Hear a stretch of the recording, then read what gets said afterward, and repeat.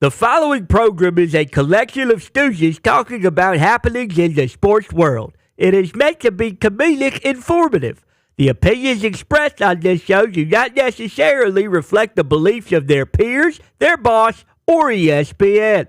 There may be some cuss words because that's how humans in the real world talk. If you are young, please seek permission before watching any further. Hey, 20. let's go. This show stinks, and the fact that you listen, we are very, very thankful for. McAfee on the line with a gorgeous assist. The all-time leading tackler for the Green Bay Packers. You ping. Damn it! Be a friend, tell a friend something nice could change their life.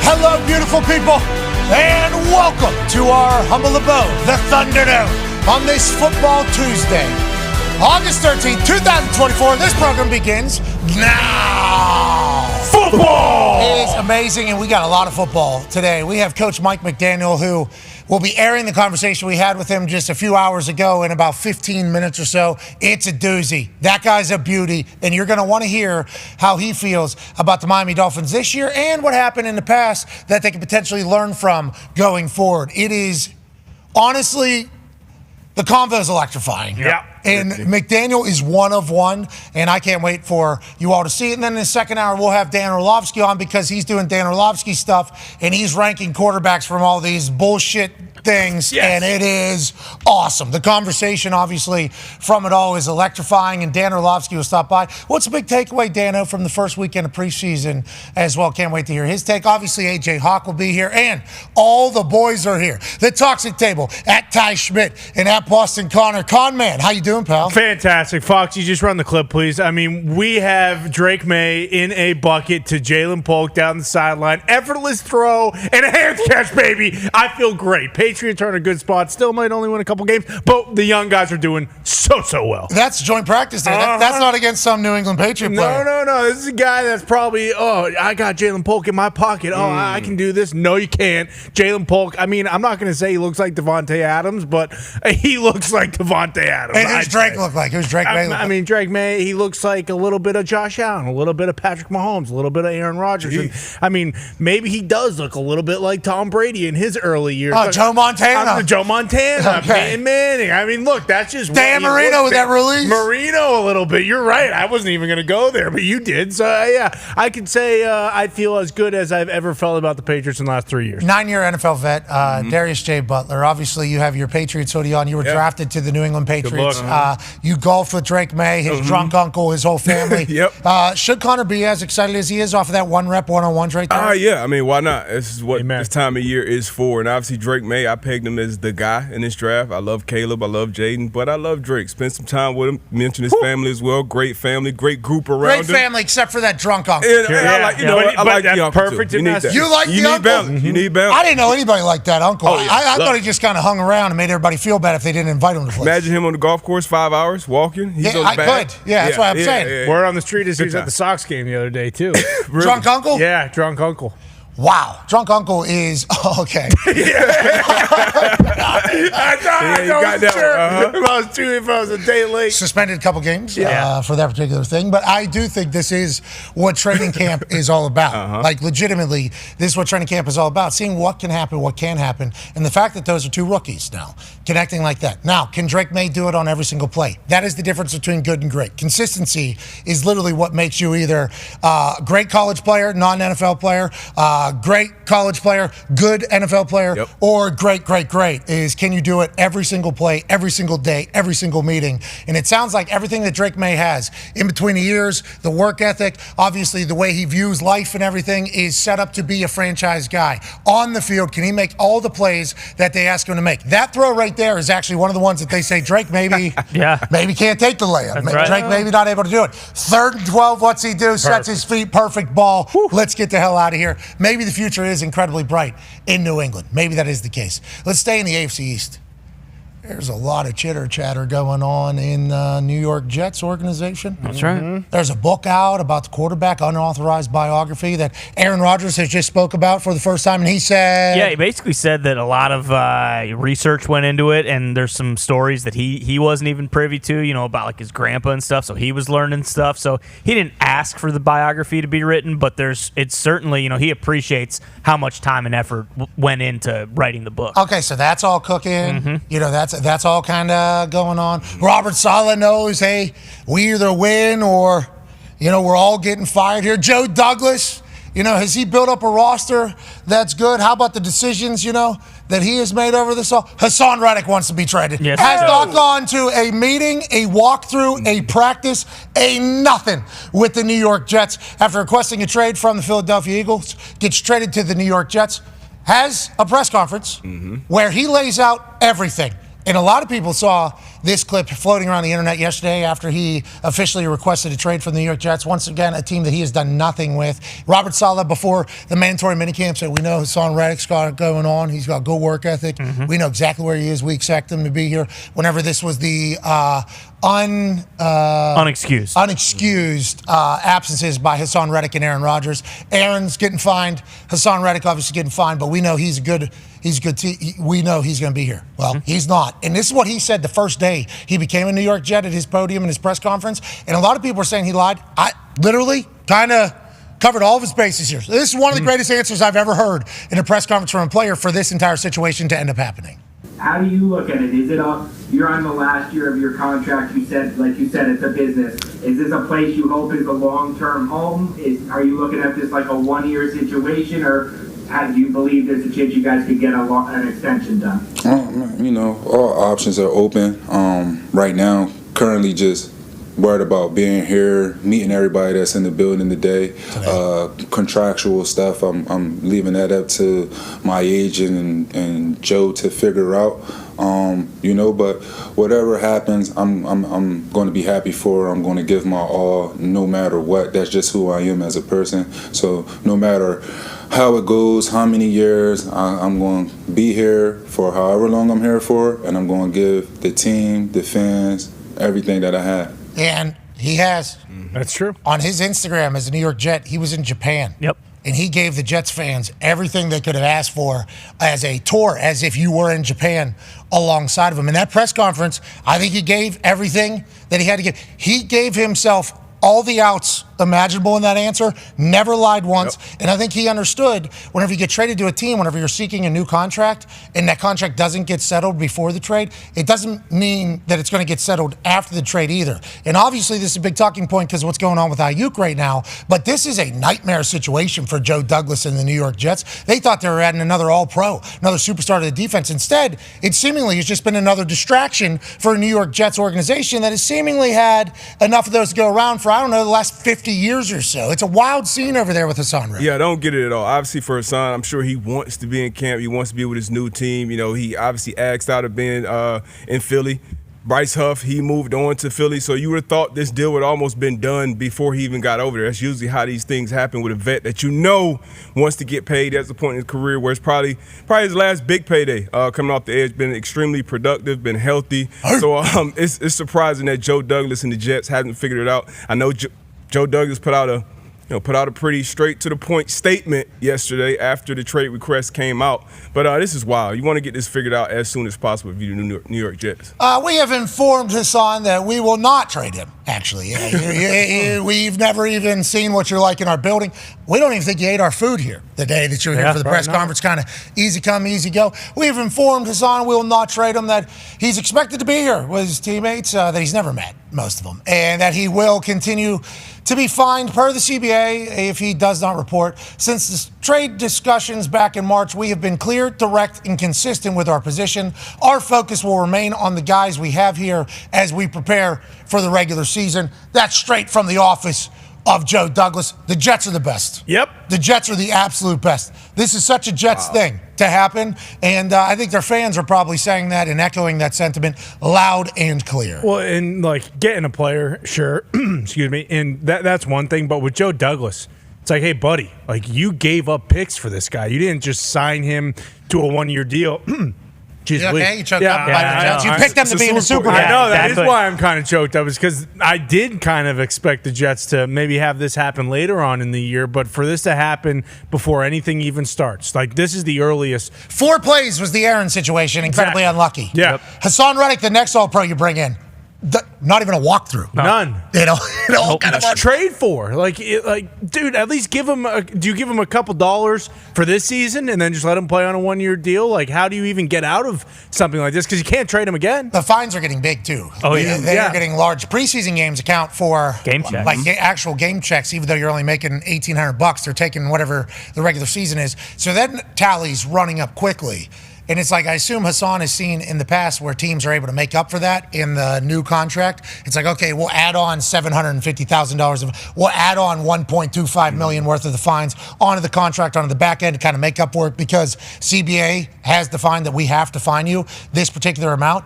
But this whole situation, now who's going to want to trade for him? This is a team that's going to have to pay him before they trade for him and give up assets before even understanding. And I saw Lombardi talk about this, and obviously Lombardi's been around the NFL for so damn long.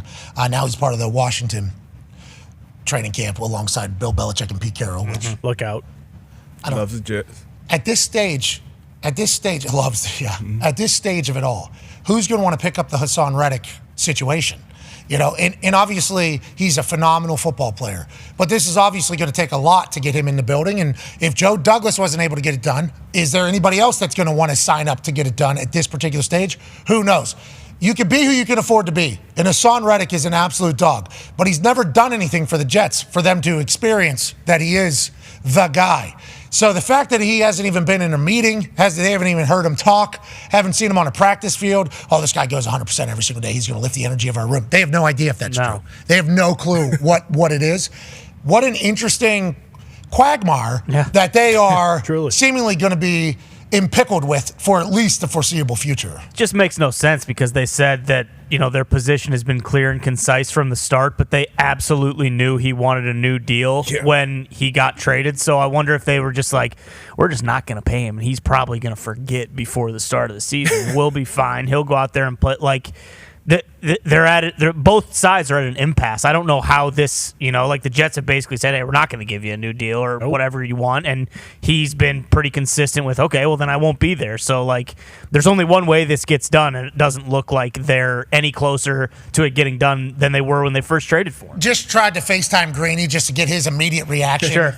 You know, and I'm sure he has already talked about and everything. I think he is currently golfing with his kid. But, like, this isn't supposed to happen in 2024. No way. Especially with the relationships that agents have with GMs and the amount of people that agents rep. So, like, we do deals with a lot of people, so our relationship has to be pretty good, pretty sound, or at least we understand each other. So for the fact that a trade to go through and be approved before one of the stipulations pretty much for the person to show up gets agreed to, just seems like malpractice. Like, you know, it does seem like kind of malpractice in this entire thing. I don't know by who. Like, agent, Jets. Like, was there a belief?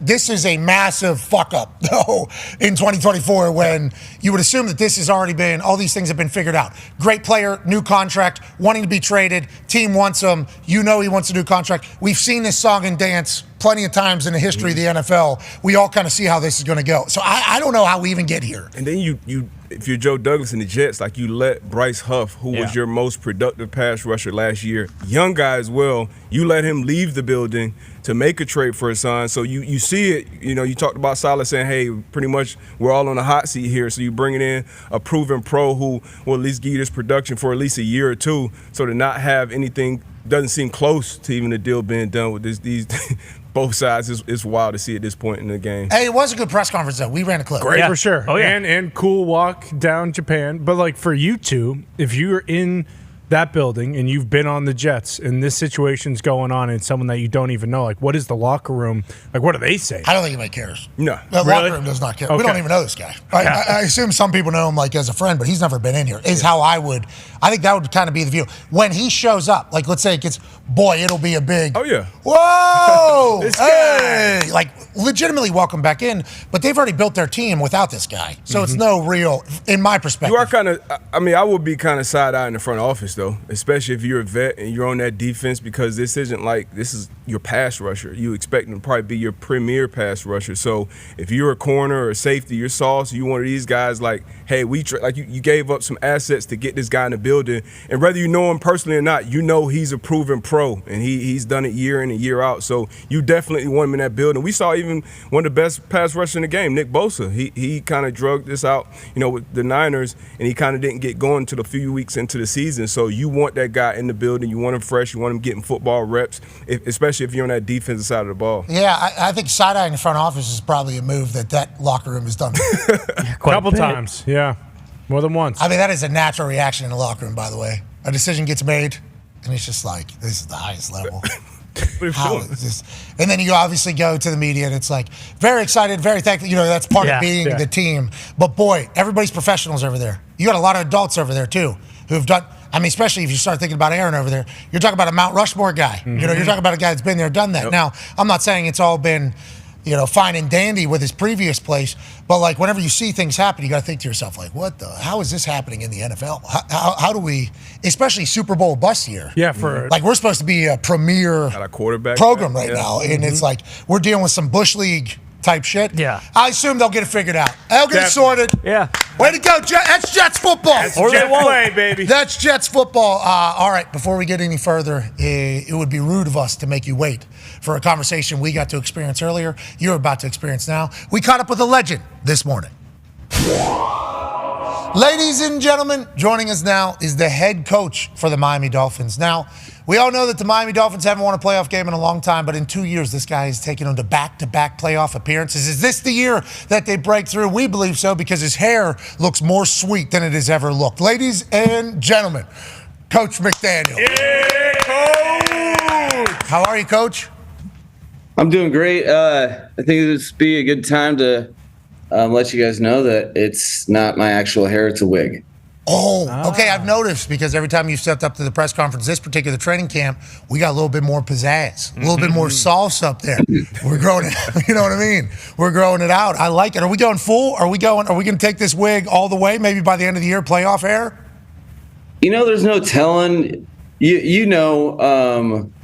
As well as anybody, like when you're a girl dad. Oh yeah. Like, not all the decisions that you have in life are up to you. So, when she says, "Daddy, I like your hair," I keep that consistent. She'll eventually say, "Daddy, cut your hair," and I'll probably do it then. Yeah, it's a smart play. We got a new boss. I understand that. And thank you for knowing that I have a daughter. That's very cool of you to be able to keep up. Let's talk about your life, family, and being a head coach in the NFL. Last time we spoke to you, you were an undefeated head coach. You remember? Yeah. Everybody was like, hey. Oh, yeah.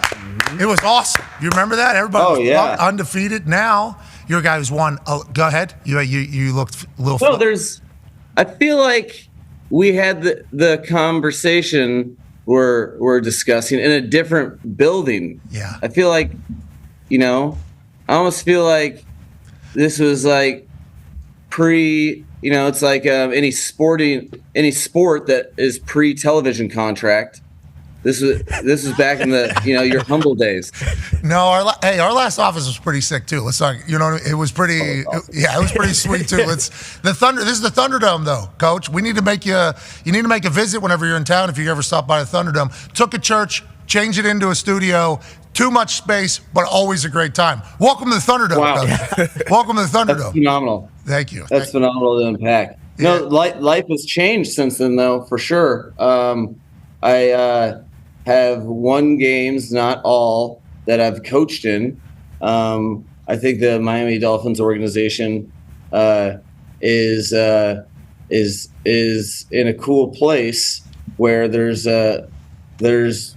been some established relevance, but I think that is old hat and old news for a lot of the players. So we're hungry for more in 2024. Yeah, but you haven't you haven't changed at all. It seems like you haven't changed at all. Do you feel that way? Because I remember whenever we first talked to you, and I think it's probably how everybody responded to you, is like, oh, I don't think we've ever seen a head coach with this type of personality.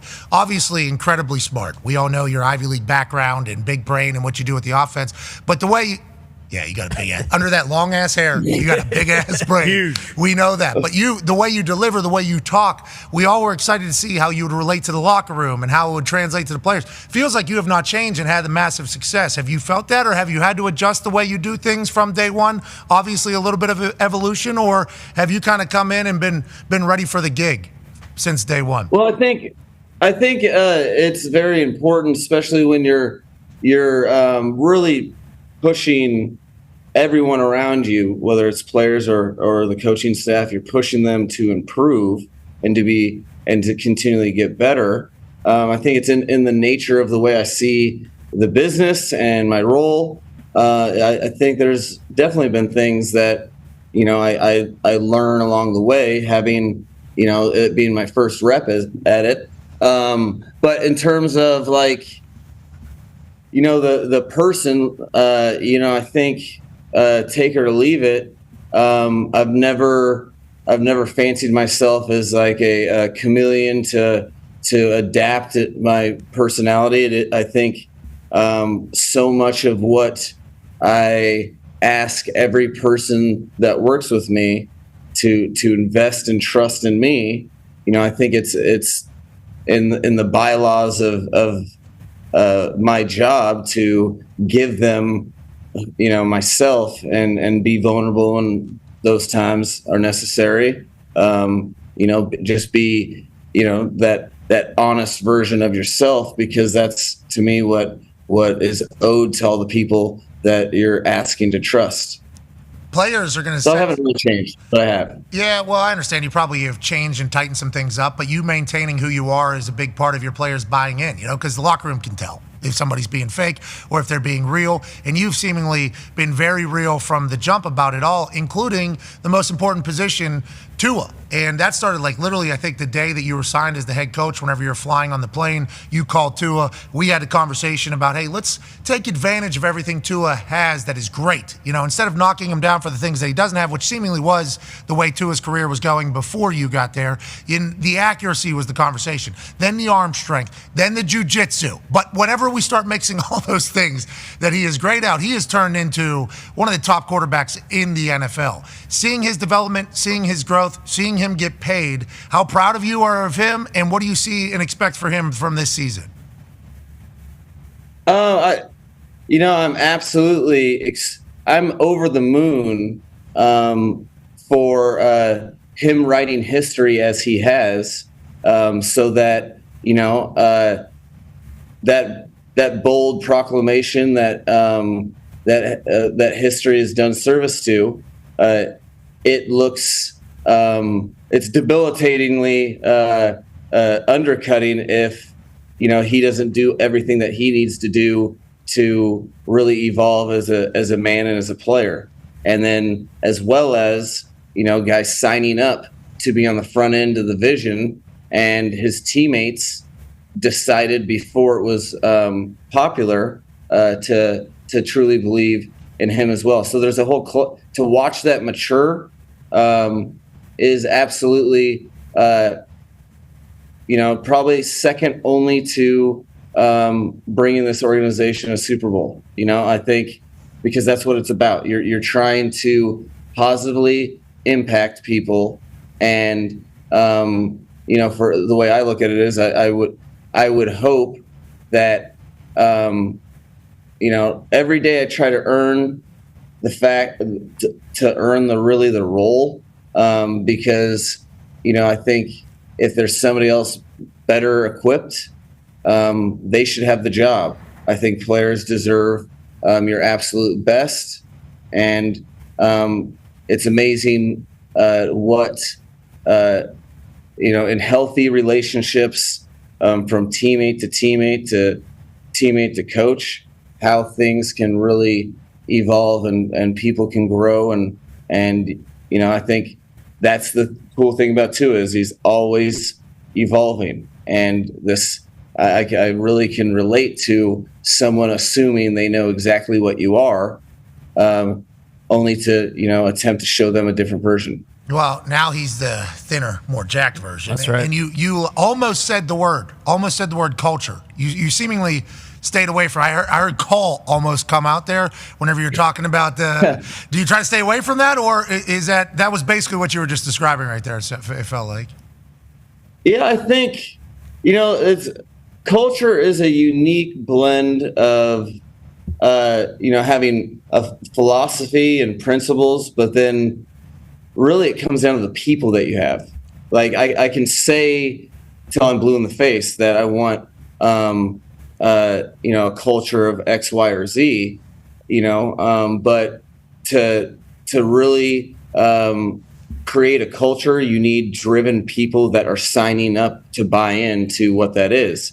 And, I think there's a lot of power in focusing, really an easy way to explain it is I see everything as an opportunity cost. So if you're spending time thinking about one thing, you are not spending time doing something else.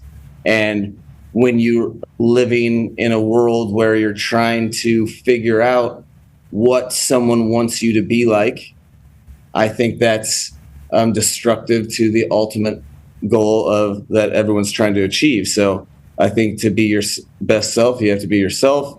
I kind of leave it at that, and then try to set the tonality for people to follow in terms of how you approach football. That doesn't matter. It doesn't matter what I say or what I do if I don't have the right people, not only to echo the message from the coaching staff, but then the players to choose to buy in and maybe put forth a extra effort and go the extra yard more than they're familiar with. Well, I think whenever you have success, it's easier for everybody to buy in, right? Because they see like, hey, if we buy in, we're going to have success. Last year, there was a time where there was no team in the NFL that was hotter than Miami Dolphins. I mean, you guys hung 70 on the Denver Broncos, and they were talking about people saying the Walmart family is going to sell the Broncos because of what the Miami Dolphins just did. Yeah, it was your offense that became that part of the conversation, in the buy-in, in the success, in the belief, in the electricity that was this Miami Dolphins team. Whenever you see everybody humming the way they were there for a while last season, now obviously negative 20-degree weather is going to affect everybody, and that has been thrown in your face, and I assume you will have a rebuttal to that at some sort in this particular answer. But whenever you see what your team could be last year, how promising is that? Do you harp on that to the team? Like, hey, if we get back to playing like this, if we play like this, we could beat everybody. Like, whenever you have that type of run last year, is that something that's beneficial to the entire team, I assume, and to the entire organization? And how does that become every single day now?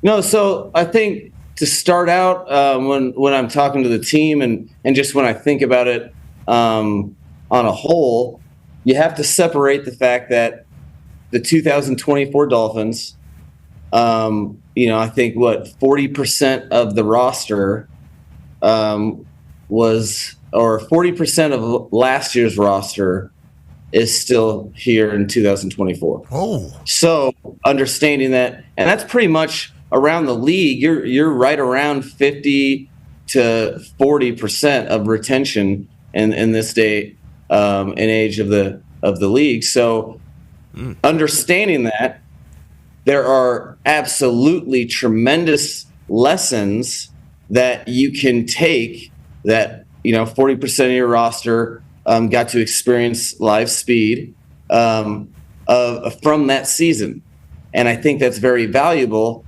when you're applying it to this season, because just like you can't carry the residuals of you win a Super Bowl last year, you can't carry that point differential margin into this year. Everything starts anew with a new team. But I think absolutely you had live speed examples of how magnetic or there's the fan base and the organization, and how it's like lighting a match with the excitement of a fan base that's been through some stuff and organizations that's been through some stuff. So you can feel that, and you can feel how much doing half or three quarters or all the way to week 17 to it's all awesome, but there's still the longevity of the journey and where you have to be in your finest moments. It would be impossible not to take those lessons and I apply them all the time. I learned a ton. I know a lot of the players did, and the bottom line is it is a very important lesson for every NFL player to learn that hype exists and is temporary. How fleeting, over embellishment or people, the narratives and people loving you and saying you're going to win the Super Bowl or whatever, how fleeting that is and how little it matters when you have the experience of the up and down of the season. I think it's very beneficial for this team to have so many people that had that lesson to really understand why it's all important. You can say what you want about negative whatever. Why were we playing in that game? Okay, so then how does that? How do we learn from that for this season, and how can we truly make sure that we cross our T's and dot our I's from a preparation standpoint? And how do we just literally leave it out on the football field, knowing that everything matters, knowing that a loss that you have in October or November that you may just chalk up to, okay, that's another game. Well, that could be the difference in you having your helmet crack in sub-zero weather and sweating with a tank top after the game because you're at home. The immensity of how important everything is in our process. I think guys trusted me when I said how it all matters, but there's nothing more valuable than learning it firsthand. And we hope to carry those learning lessons this season. I love that, because if you don't win your last game, boy, what a failed year. Yep. And that's just kind of, you talked about the overhype and over-embellishment of being great, fleeting. It's like, yeah, if you lose your last game, it's like, what? That team was fake. That team, that is the story that goes. Case in point, I think if there would be a game where we would, on the final drive, have the potential to kick a field goal for 73 points, I don't think I would have to explain my rationale about why you don't chase points in week 3 for no reason to a lot of the players. I think they would. Now it makes a little more sense in hindsight, and I think that they'd probably be getting pissed at me if I tried to send a field goal kicker out in a scenario like that moving forward, because we have bigger fish to fry. Let's talk about the bigger fish to fry there, and you just chit-chatted about it a little bit. You talked about we need to take it, care of the little things more throughout the year so that we have that as a home game. Do you think anybody would have been able to win that game at negative? I mean, all odds were stacked against you in that game. You knew it too, right? With the way your offense is. Coming from Miami, it's 85 degrees down there, and then you get dropped in. In the media, obviously, we were talking all week, let's see how these Florida boys do. Let's see how these Florida boys do in this entire thing. Is there any other takeaways from that game? Because my big takeaway was, after you guys lost, in the locker room, we saw some of your speech. Emotional group, tight group. Yeah. Seemed like a tight-knit group. What everybody was expecting from your team to blow up and implode did not happen at all. Everybody remained bought in. Is that your takeaway from that game, or what is the big takeaway you think from the way the season ended? I think the takeaway is how consistent you have to be over a long period of time to be in a situation where you feel like I think everyone understands on our team that, in football, the ball is oblong and it's an odd shape. Anything can happen. But to win that game, it was an incredibly tough task. That a lot of things you have to hit on a lot of cylinders that are tough to hit on in football. It's definitely not impossible, but you don't want I think the overall takeaway is if you don't like your season to be left up to the outcome of a game in that climate, don't have the game be in that climate. That's awesome. I like that. That's the motivating factor. I think that's kind of where guys are at. Is all right, because nobody feels sorry for you. We made our own bed. You know that it wasn't that cold in Miami. Ever. Period. I like that your team, nobody did this. You know, I think that was a cool thing. With how many personalities and obviously how big and overhyped you talked about the team was. Whenever you guys lost, there was no blame. It was a lot of this actually. Like Tyreek said, man, I got cooked there. Like there was a lot of ownership, which going back to the word culture, you probably have to feel good about. Now, you got some new pieces. You talked about 40% player return. How about on the coach's side? D-Butt, massive Dolphins fan, has a question for you. Lifelong Dolphin, and I know I'm an asshole, but I wanted you to score that 73 points. But, hey, shout out to you. Appreciate you, man. And we know you on the offensive side of the ball, a bunch of weapons. Tua's there. He's got his money. Obviously, Tyreek, Waddle, and the rest of the crew out there.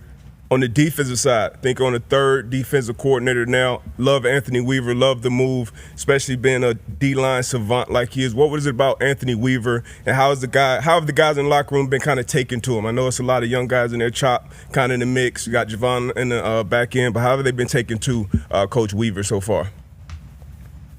No, so it's been a really cool process. I think what was unique about the whole process in general is, I think everybody knows you don't want to do that. You don't want to change or have change. You'd love to have some consistency in coaching, in coaches, because it's a relationship business. So when I approached it this time, I separated football from person. And I first started with just knowing, at this point in time, I have my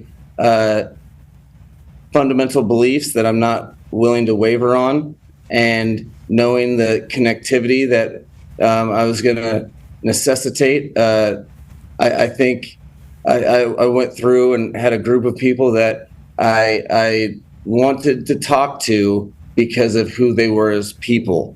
And then going through that process, as I interviewed every candidate, I took in mind, that's when I attacked the schematic portion of it. And when I tell you that the synergy between both the human being, the leader, and what I was looking for schematically, it couldn't have been a more perfect fit. And you know what? Every time that the great news is every time Anthony Weaver succeeds, I feel like I'm really right. No, he does a great. That's what it's about, though. You're in charge. Like you want.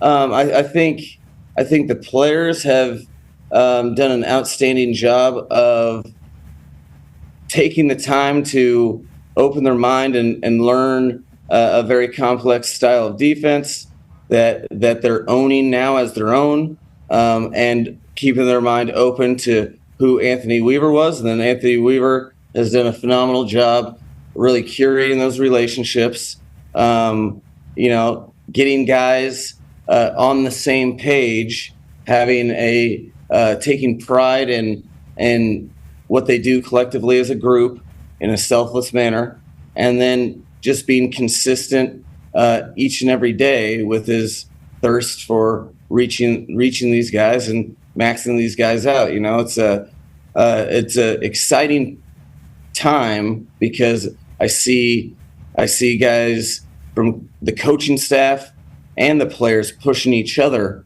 to new lengths, new challenges in the media room, new challenges on the field, and I think that serves us all for the better. How has training camp been? Training camp's been good? You feel like the buzz, the energy, everything, buy-in from day one has been great for the team? It's been my favorite training camp by the thing that I measure, that I keep that I hold as most valuable from a coach's perspective, and that's our tape. That what we're putting on, the way we are connected and developing our technique and fundamentals, the intensity with which everyone is attacking practice, the competitiveness, and that fine line of being able to be super competitive but not crossing the line so that we don't protect the team. I think I've really enjoyed this training camp from a football standpoint because I think it's high level competition, and there's 3 phases of football that are throwing out their unique complexities. That's making it a challenge for everybody. Hell yeah! Hey, 3rd year in this thing. Hey, come on now. Let's go. Come on. You had so much success. You had so much success so quickly, and by success I mean just being yourself, being different than any head coach we've ever seen, team buying in, Hard Knocks in season, getting a chance to buy in, have success, bang, bang, bang. Only 3rd year down there. You know, that is you've done a good job down there. Let's go, New hair. Coach. Yeah, and that's Gumpy back there, who obviously has a question for you in a matter of moments. But let's talk. Yeah. Oh yeah, Gumpy's excited. Gumpy has been living and dying with you guys there. That Jalen Phillips news was big deal for him yesterday. So thank you for doing that. Obviously, we'll get to Gumps in a second, but let's talk about you. The reason I did it. For Gumps. Thank you, Coach. Wow. That's big. Good guy. Good guy. Good coach. There was a couple times where Thank you, Coach. There's a couple times where Gump was doing one of these, Coach. yeah. I just want to let you know that he was. He was. Yeah, I just want to let you know. Turnbuckle? Yeah, building. Yeah. But yeah, also. Okay. Yeah, top turnbuckle. That's what I said. I'm an optimist. Yeah, you are. Yeah, he was going Me too, Coach. He was going to do the Always. swan Yeah, talk. always Yeah, optimistic. he is That's not what they the say optimist. about me all the time. Yeah, brother. he is not the optimist, but boy, he is behind you 100% at all times. Well, hey, if this is what Coach thinks is the right move, Gump, Guess. and then he just, I guess. Let's talk about you though, and you're that's literally He's not the only one, I assume. Ty has a question for you though about you. Yeah, Coach, it seems like whenever someone gets hired from the Shanahan or McVay tree, like immediately, whether it's the media or anyone, they put that, offensive guru or wonderkin moniker on him, and some guys live up to it, some guys don't. Obviously, your offense was amazing last year, but how much more comfortable or confident do you feel now calling plays, and have you learned anything this is what we need to do to be more successful? For instance, was it last year when you were just like, hey, if I send Tyreek and Waddle in motion constantly and just always have those guys moving, then no one's going to be able to guard us? Or what has that process been like calling plays? No, so I've spent my a good portion of my career preparing to call plays, but the good news is the first time doing it and then the second time doing it, I think on the horizon there's improvement to be had for sure. As prepared as I was, there's so much that you learn with the different complexities of an NFL game, even from practice, just calling plays is much more natural to me with a ton of reps. Imagine that. So, and then I think what's been cool is, I think the first training camp we had in 2022, we tried our first timing motion play pass route with Tyreek. And we ended up running it against the Patriots in week 1. But that, and where we've evolved, it's player driven for sure. We have unique players with unique skill sets, so that, and really the whole group is kind of attacks things with, a new thing is a challenge. It's not a fear. So constantly tailoring the offense to the specific individuals that we have playing for us. It's always evolving. I get better at that with time, and the connectivity between me and the coaching staff and our ability to get the right ideas out there, that evolves as well. So I'm not getting worse at doing my job. with these two years have I'd like to think I was prepared for them, but they were my first 2 years. The Tua stuff from Hard Knocks with all the motions. Remember that where I forget? It's all coming back to me now as you're talking about the timing motion with. Hey, Tyreek just said he could beat Noah Lyles in a race. We all agree that he could. For sure. Right? We all agree. Nice. Yeah. Sorry. I mean, I've seen him on a field. Nobody can touch him. Exactly. With or without COVID? Give Noah Lyles COVID. Okay. Yep. The COVID he had, though, the one that just disappears immediately afterwards. Well, the bronze COVID. Good time. Yeah, the bronze COVID. The bronze COVID that he gets out there. Let's make sure Tyreek does not have COVID. Let's do this in Miami, though. This needs to be down in Miami. Okay. And then when you watch him move and you do because part of Tua's thing is having to memorize everybody that has to move and the perfect timing that they have to move as well, while also watching the play clock and trying to figure out what the defense is doing. So in between the years, it's crazy. And I know the trust between you two was built up over time. And there was a lot of times during Hard Knocks where you're like, hey, you're going to mess this up. Like, this is how this is going to go. And Tua had to just kind of battle through and get to the point. But whenever you see Tyreek do something or Waddle, but more specifically, let's talk about Tyreek before we get to Jalen Waddle. When you see a move, it's just different. Everybody that plays against him says, hey, on film, you can see it. And you're like, wow, this guy's fast. But against me, he's not going to be that fast. And then all of a sudden. Play him off a little bit. Yeah, against me, he's not going to be that fast. And then you see it, you're like, holy shit, this is different. For you, that has to be so exciting whenever you talk about the creativity you can get with it and how nobody on a football field, maybe nobody on earth, including Noah Lyles, can touch that guy. That has to be quite a dream scenario for a play designer, play caller in the NFL, I would assume.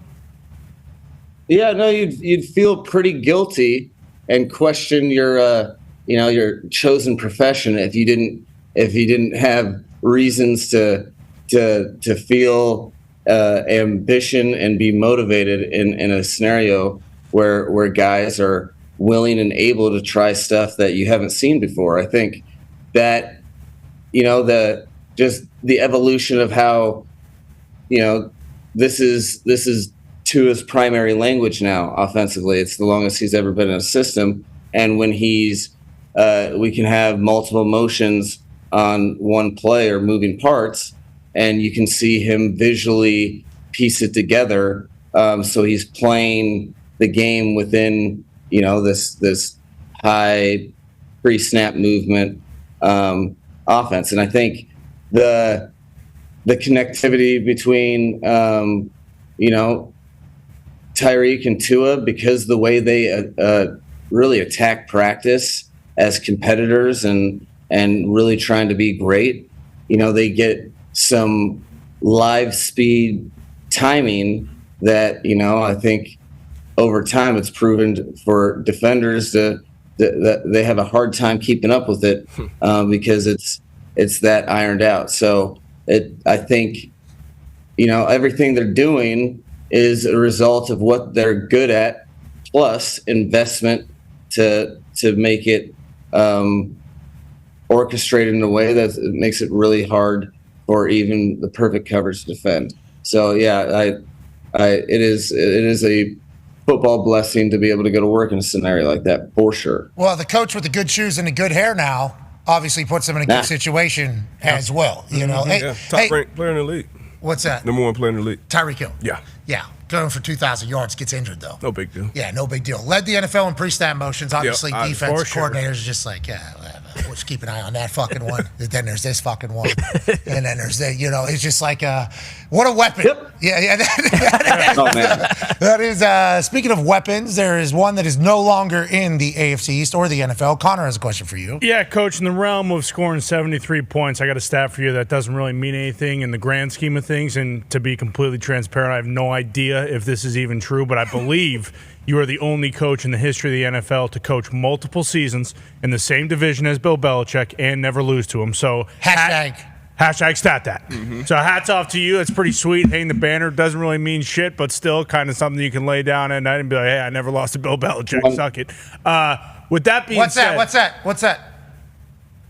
I mean, I guess you'd have to specify never lost with Tua as the start. We lost a game Tua didn't play in on the road in 22. 22 gloves. 22 gloves.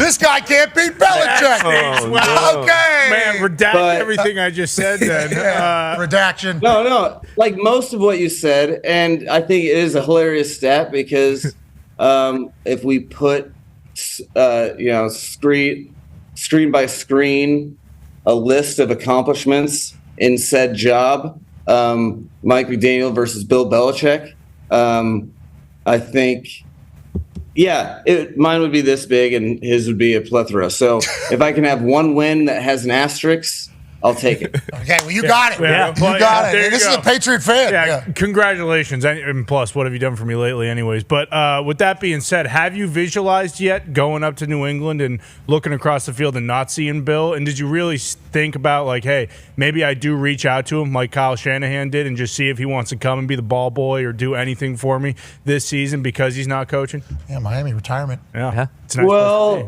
it's really, I think it speaks to like the crater like impact that this one coach had on the National Football League. I can't picture him not there, and I guarantee like every person the first time they go to Gillette, that's gonna be on their mind at some point in time. I know it will be on mine. So I think that speaks to, really the massive impact that he's had on the National Football League just to be that pillar. I think, if he just wants to sign an autograph for me, I'll be pumped about that. I don't need necessarily for him to come, put in sweat equity for the Dolphins, like just maybe shoot me some tutelage on how to survive in this game in 3 different decades, all the while putting forth scheme that people can't copy. I mean, people don't realize that how unbelievable of a defensive mind this guy was. There's games that we so happen to win. 2 in particular, some of the best defensive game plans I've ever gone against. So whatever he wants to do, if he wants to come high five me, I think I'd be pumped because maybe he can rub off some of that magical spirit on me. Yeah, osmosis maybe there with the 49 years in the NFL, I think, coaching. Now, obviously, you've been crazy. He's out of Washington. He's at the University of Washington right now. Him, Pete Carroll, Michael Lombardi, I forget who else. They're all just doing training camp at the Washington Huskies right now. He's just loving ball. Just loving ball. Just no whistle, though. Yeah. Nope. Jed Fish has the whistle. He doesn't have a whistle, but he's just moseying around. Can't help it. Has to be in a training camp right now. And the Washington team just has them.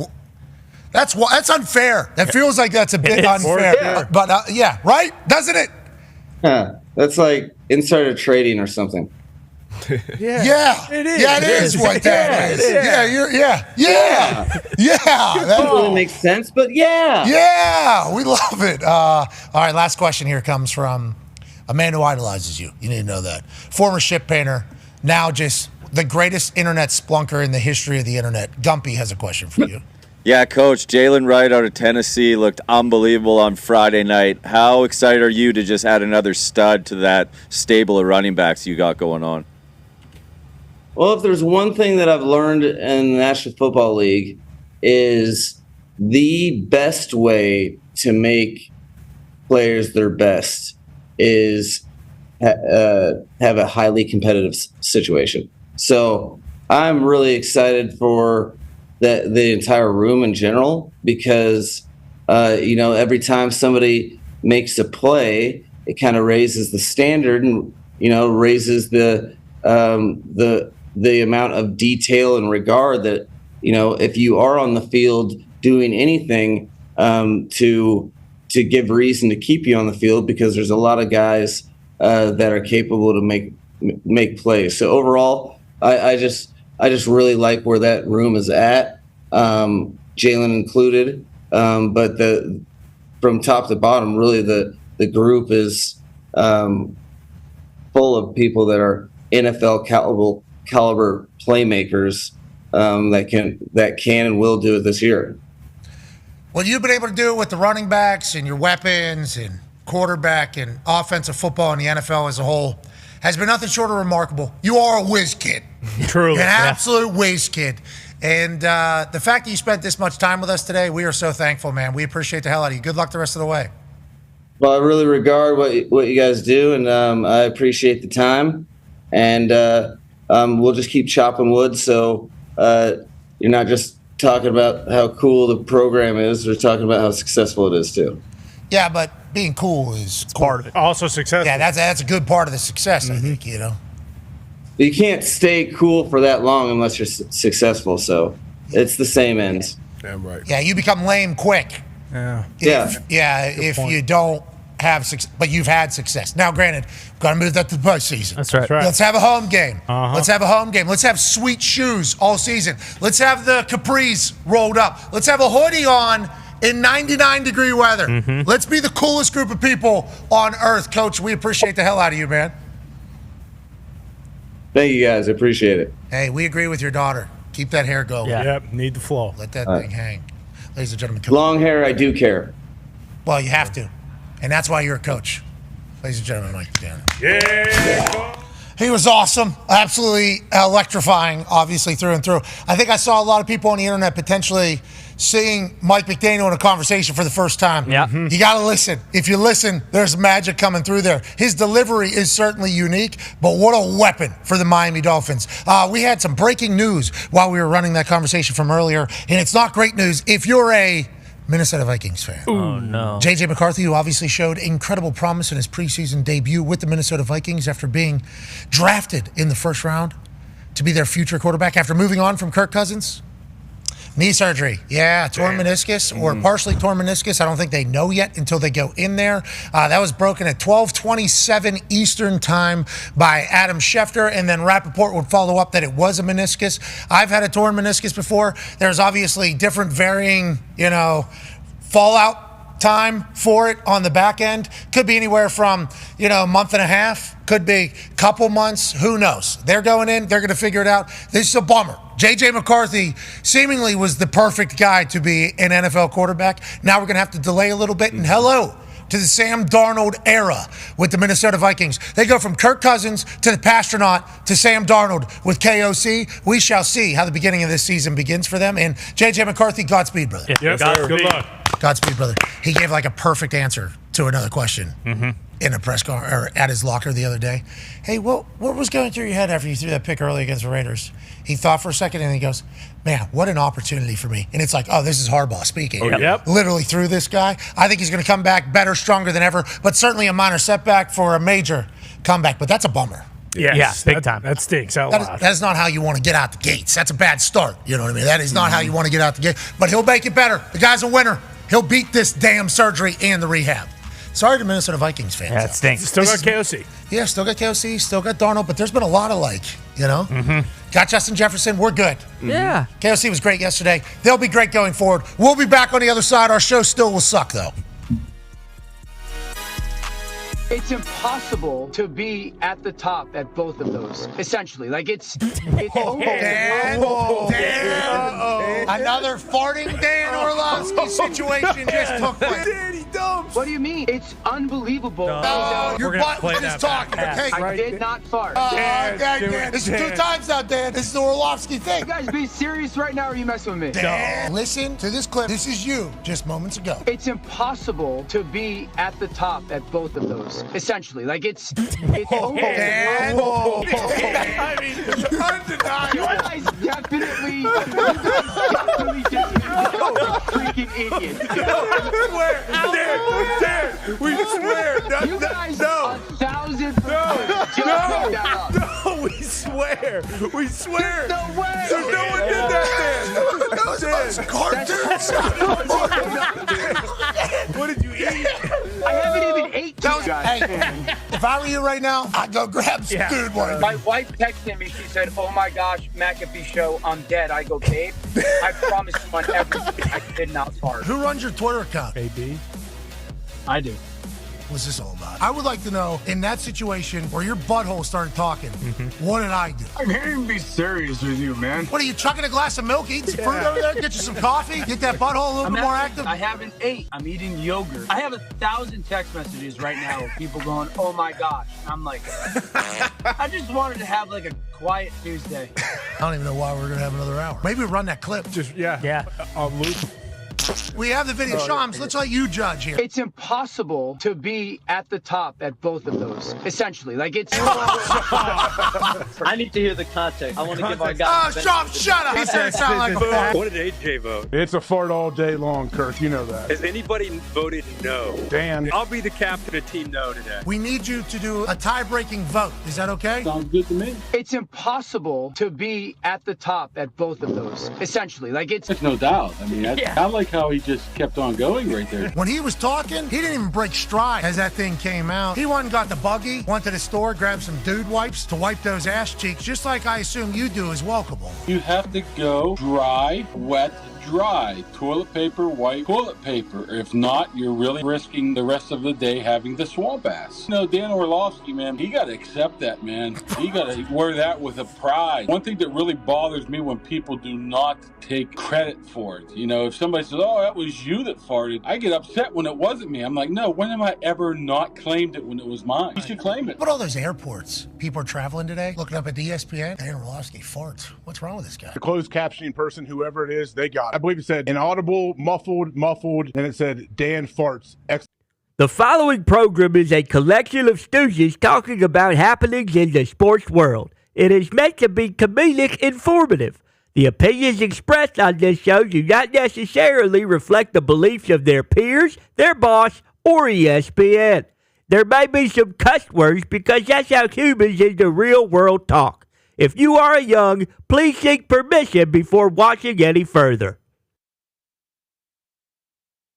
Hey, Why? let's go. This show stinks, and the fact that you listen, we are very, very thankful for. McAfee on the line with a gorgeous assist. The all-time leading tackler for the Green Bay Packers, You pink. damn it! Your friend tell a friend something nice could change their life.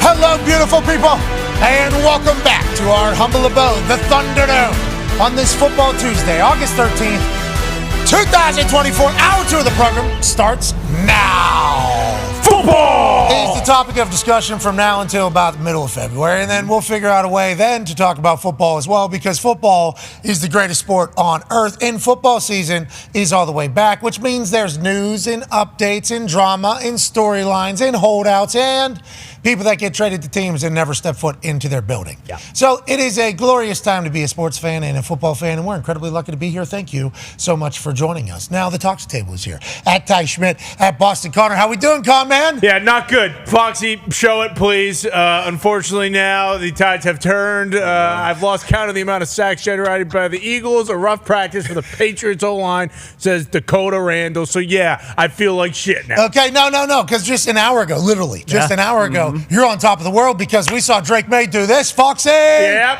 This is how we started the entire program. Hey, Con Man, how you doing? Well, let me show you a throw from Drake to Polk. 2 rookies against the Eagles. Connor was on top of the world. Yeah. Connor was on top of the world. Pumped. Now they're starting to realize that maybe you're not going to be able to make that throw if nobody can protect you, which has seemingly been an issue for a little bit with the New England Patriots, and he's at the bottom of the mountain all of a sudden. This is training camp football. That's right. You can find highlights in training camp that make you feel good about your team, and if you really want to, you can find things that are negative about your team in training camp. All these teams are getting better. Whenever you see a glimmer of hope, you should hold on to that for at least a day. Don't go hour like Con Man is doing right now. Yeah, I mean, you shouldn't, but this is just the reality of what, fans go through, and this is how I genuinely feel. And the coolest part about that Drake May to Jalen Polk throw, no offensive line. So if there is this version there's potentially flag football coming to the NFL. Yeah, so we should kind of consider maybe Drake May for the 2028 LA Olympics to play quarterback for the flag team, because, I mean, right now, it looks as though he's the best flag And maybe quarterback. Polk. Yeah. And Polk, absolutely. Maybe Polk. 2 rookies up there. That has to be good news. 9-year NFL vet drafted by the New England Patriots. 2 young guys showing up like that. That is a spark of optimism for everybody. Absolutely. How much are we going to change their thoughts? Remember last year, Pittsburgh Steelers, Kenny Pickett, he's the guy. Super Bowl. They were going to win. Preseason. How much should we take serious right now, D-Butch? How serious should Boston Connor be taking all of these reports? Practice to practice, almost drill to drill, seemingly, at these training camp practices. It's different there with Pittsburgh because obviously Tomlin's been there a long time. Kenny Pickett, first-round pick, he's been there a while. Completely new guard in New England. So you got to react to everything. New head coach, my former teammate Gerard Mayo, Jacoby Brissett, the start quarterback, and obviously you draft Drake May, top 3, so you expect him to be the future. So yeah, every play, every tweet of the boot from the guys that have boots on the guys and gals who have boots on the ground out there, so you got to react to it just like Connor is. Yeah, well, I mean, then we should probably show the other tweet. Sure. Then maybe. What's the other tweet? Look, I'm not going to say that I feel a little better because of this tweet, but allegedly Drake May, perfect 9 for 9 and 7 on 7. Flag football. And 11 on 11. Whoa, with the offensive line. So hold the phone. Yeah, and granted 9 for 9. I don't think that counts for the sacks he took. No, they would blow that dead. 11. Yeah, okay. So they would blow that dead. It does. They would blow that dead. Unless after he gets sacked, he gets up, rolls out of the pocket like he's a wide receiver coach, trying to get a little extra and through it. Which he could. Which would be awesome. And they're like, hey, he completed that. Yep. He checked down. Never sacked him. After the sack, obviously, it takes place. Boom. Drake May is from Savage Sports, obviously. Drake May in the initial 7 on 7 and 11 on 11 periods against the Eagles, 9 for 9, no incompletion. So eyeball fire flames. Is that good? Okay. I don't know. You tell me. Drake May's on fire. He is amazing. Joining us now is another man who's been amazing throughout his life. College football national champion, Super Bowl champion, father of 10, this man. People put him up for Dad of the Year because he's former president of the state of Ohio, which not a lot of people get. Greatest jawline in sports media. But if J.D. McDonough was to come into sports media of the Judgment Day, I do believe this man would have a little bit of competition. But since they're in different professions, this man, still greatest jaw in all of sports. Ladies and gentlemen, A.J. Hawk. Yeah, Hawker.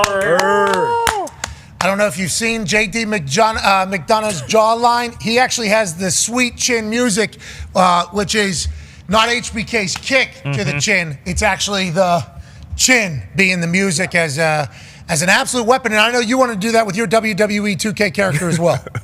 Yeah, my character, I think someone did send me a clip. I think I do like a headbutt, not really a chin butt off the turnbuckle, but kind of a headbutt into people's temple. But no, I would never try to challenge J.D. McDonough. I know how much respect he has in that office and everywhere around the WWE universe. J.D. McDonough is a dog. He's aligned himself with some bumps. Which is interesting. And he has certainly put himself in some precarious positions. But that's J.D. McDonough taking it to Damian Priest. Oh, no. J.D. McDonough's getting carried around and ragdolled. Oh, boom! Swift, right. Wow. See ya, soul. J.D. McDonough's dead. On Monday Night Raw. I mean, last night there was a lot of chaos, obviously, and J.D. McDonough's a dog, but this is a good kind of jumping off point that I missed yesterday for a conversation with you.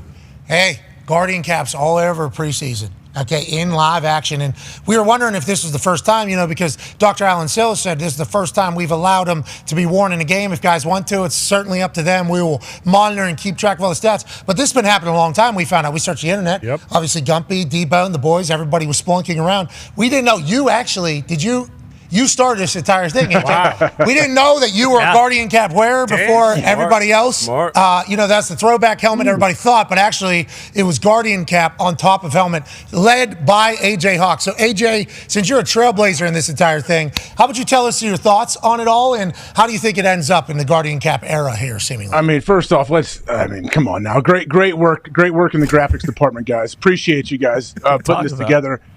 It honestly doesn't look as bad as I thought on some of them. Some of the Colts helmets did not look as bad when they're white. Now, from this angle, yes. I still struggle with that look a little bit. It feels like, that one. What happens if it rains? If that rains, does that thing soak up the water? Is that an extra 3 pounds? Like, what is it? So we got further verification on information as we were dissecting the Guardian era on caps from potentially source at the NFL, okay? Whenever we were saying, it just looks so big, but I guess that's just going to be the new thing. Only 1 inch larger, okay? Okay. We were told, okay.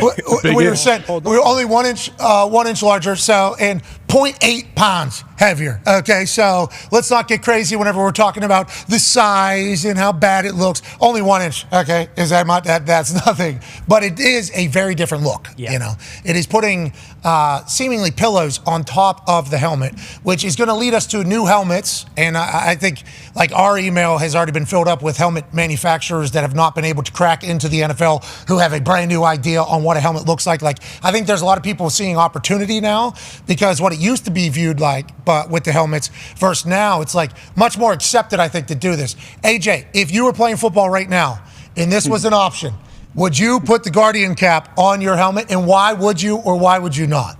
I mean, so like, no, I would not wear it. I mean, come on now. Like, it just feels like it would be super uncomfortable. Now, I'm not blaming anybody for wearing them. I've never worn one, so I do have questions like, what does it feel like? What does it sound like when there is contact? And maybe it feels really good. All of a sudden, maybe it feels great, and you love it. I foresee myself of doing this in the past, but I don't know. Could you imagine? Basically, what's going to happen is all the helmets are just going to have built-in Guardian caps. That's where we're going. Bingo. Yeah, and there's one, Safer, SAFR, is doing some college football stuff, and it looks just like the helmet, but it is certainly attached on top of the helmet. It's like putting a shin guard on top of the helmet, and inevitably, whoever's the first, and everybody feels the race, whoever can just, kind of weld that in together, feels like you got the winner. You win. Now, I don't know if you heard the news out of Minnesota. It was broken at 12:27 Eastern time via Adam Schefter's Twitter account. J.J. McCarthy will be undergoing knee surgery. Further information released would tell us that that'd be on a meniscus. Is it a full tear? Is it a partial tear? Joining us now, senior NFL insider for ESPN, Adam Schefter. Hey, Schefter. Hate to hear this. Gentlemen, what is going on today? Hate to hear this about a Michigan man. Obviously, we all saw the way he has handled himself as a Minnesota Viking. We saw his preseason debut. We saw glimmers of hope, and we know Sam Darnold's there, so we don't know what the entire schedule is going to be for him to play at the beginning of the season anyways. But this comes after he says he has soreness, and what are we looking at down the road now, Shefty? Well, essentially, Pat, they went in, they did an MRI on Monday night, and they found the torn meniscus. And now the question is whether he will need just a trimming of that meniscus or whether he will need a complete repair.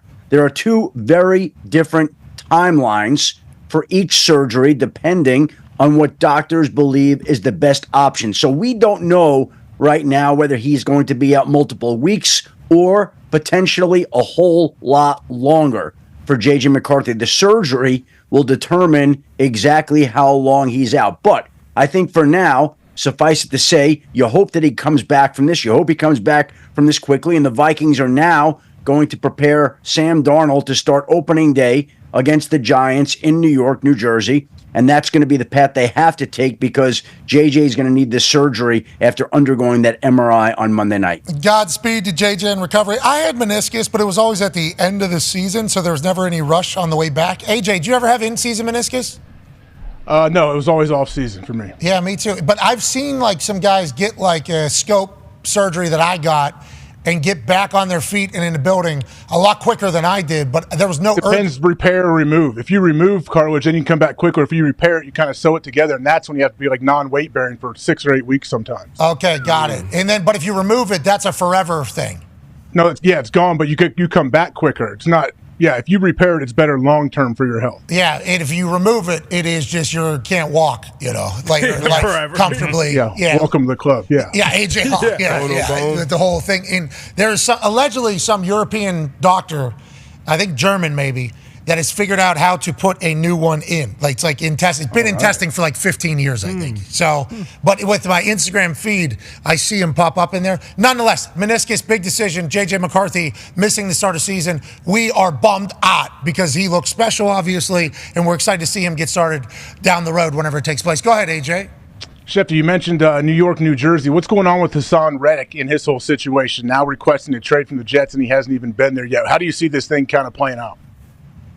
Well, they're in a tough spot, both sides right now, because essentially Hassan Reddick shows up to the Jets complex after the trade's completed, goes through the introductory press conference, praises the organization, takes his physical, and basically that's the last time we've seen or heard from Hassan Reddick until he issues the trade request, which obviously the Jets say they're not going to honor. So we've got a guy who says he's not showing up without a contract, We've got a team who says they're not paying the player unless he shows up. We've got both sides dug in to their stances, and we've got a situation that doesn't help anybody.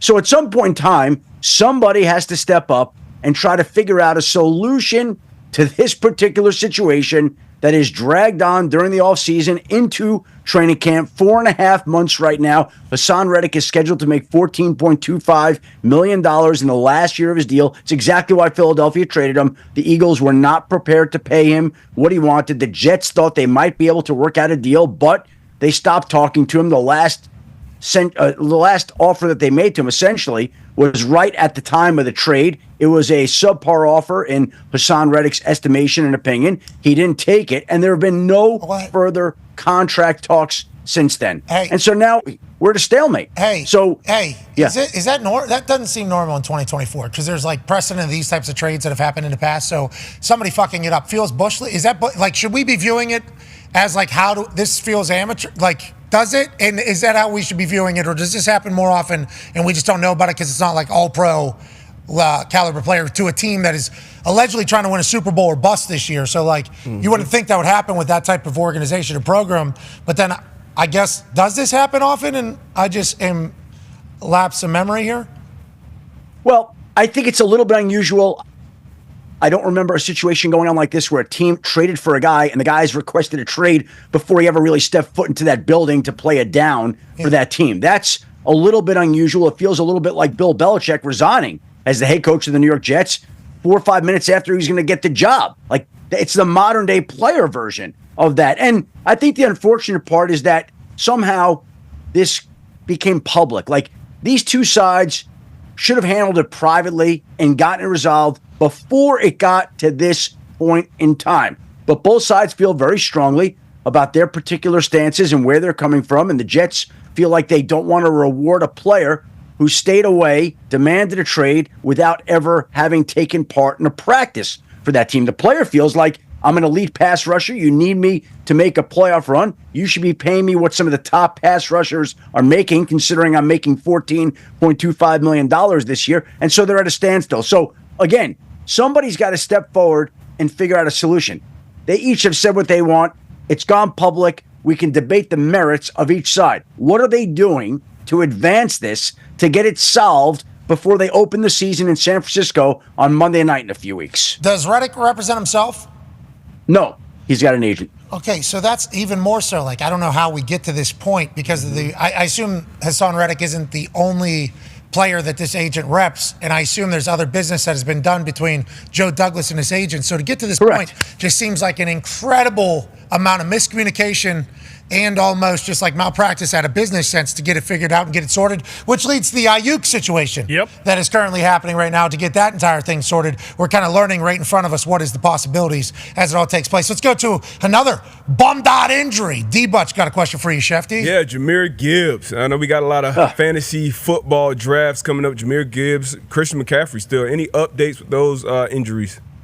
Yeah, Gibbs essentially left practice yesterday with what the team called a leg injury. So, again, made some calls and found that it's a hamstring. Now, I don't know the extent of the hamstring, but I'm going to guess it's a hamstring injury, which means I would guess we will not see Jahmyr Gibbs the rest of the summer, and we will prepare to see him on opening night against the Los Angeles Rams. That would be my guess, a guess on a hamstring injury. But when you're talking about a player this explosive, this dynamic, this talented, obviously it's a huge concern anytime there's any sort of injury. But again, hamstring would tell me that he's going to have a real chance to be back on opening night, and the team will be smart about it. Until then, Christian McCaffrey, calf strain.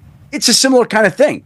You know, those are the kinds of muscle strains you don't want to have to deal with in camp, but you get him a month out of the season opener, sit the guy down, take it easy on him, and we'll see you on opening weekend. It's the same type of situation, different muscles, different strains, and we'll see how each player can respond in time for the start of the regular season. Yeah, and get it out of the way. You know?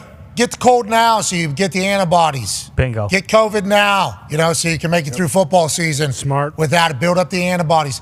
You know, pull a calf now so you can't pull a calf later. Exactly. That's how it works. Hopefully they don't linger. That's how it goes. So I'll keep them on my draft board for now. What do you I'm saying it's calf injuries, especially calves, where you've seen them linger, quarterbacks, running backs, soft tissue. You want to go into the season. No, it's just like, 100%. what's So your like cold? Gio You build up the antibodies. You just build up the calves. D-Buds. It's good. Gibbs is going to be good. I hope so. Hamstring's going to be stronger than it's ever been. Yeah, it's going to be jaw. That's what they're saying. That is, those muscles, though, boy, they do go on and on and on and on and on. Especially with low body fat guys. Yeah, explosive. Which is why Tyreek Hill so impressive. Yeah. Like, nobody talks about his durability enough. We should talk about that. Anyways, last question here, Schefter, as we steal your time and have our own conversations, which we do apologize for. Connor's got something about New England, possibly. Yeah, Shefty, multiple teams have reached out to New England about Matthew Judon. What's the situation there, and is there a chance that a deal gets done now that Ayuk to New England's not happening and they have the most cap space in the NFL? Yeah, I think New England has wanted to re-sign Matthew Judon. It's worked on re-signing Matthew Judon. A deal has not gotten done. To me, it's the type of situation where why would New England trade Judon right now before the start of the season? It would send a bad message in my mind to the team. Now, if the season opens up, it's not going the way they want, which is not what I think they're thinking right now. You could always revisit that coming up to the trade deadline, right? But to trade him now, before the season for a pick or two in 2025 or 6, how does that help you on opening day if you're New England? It doesn't.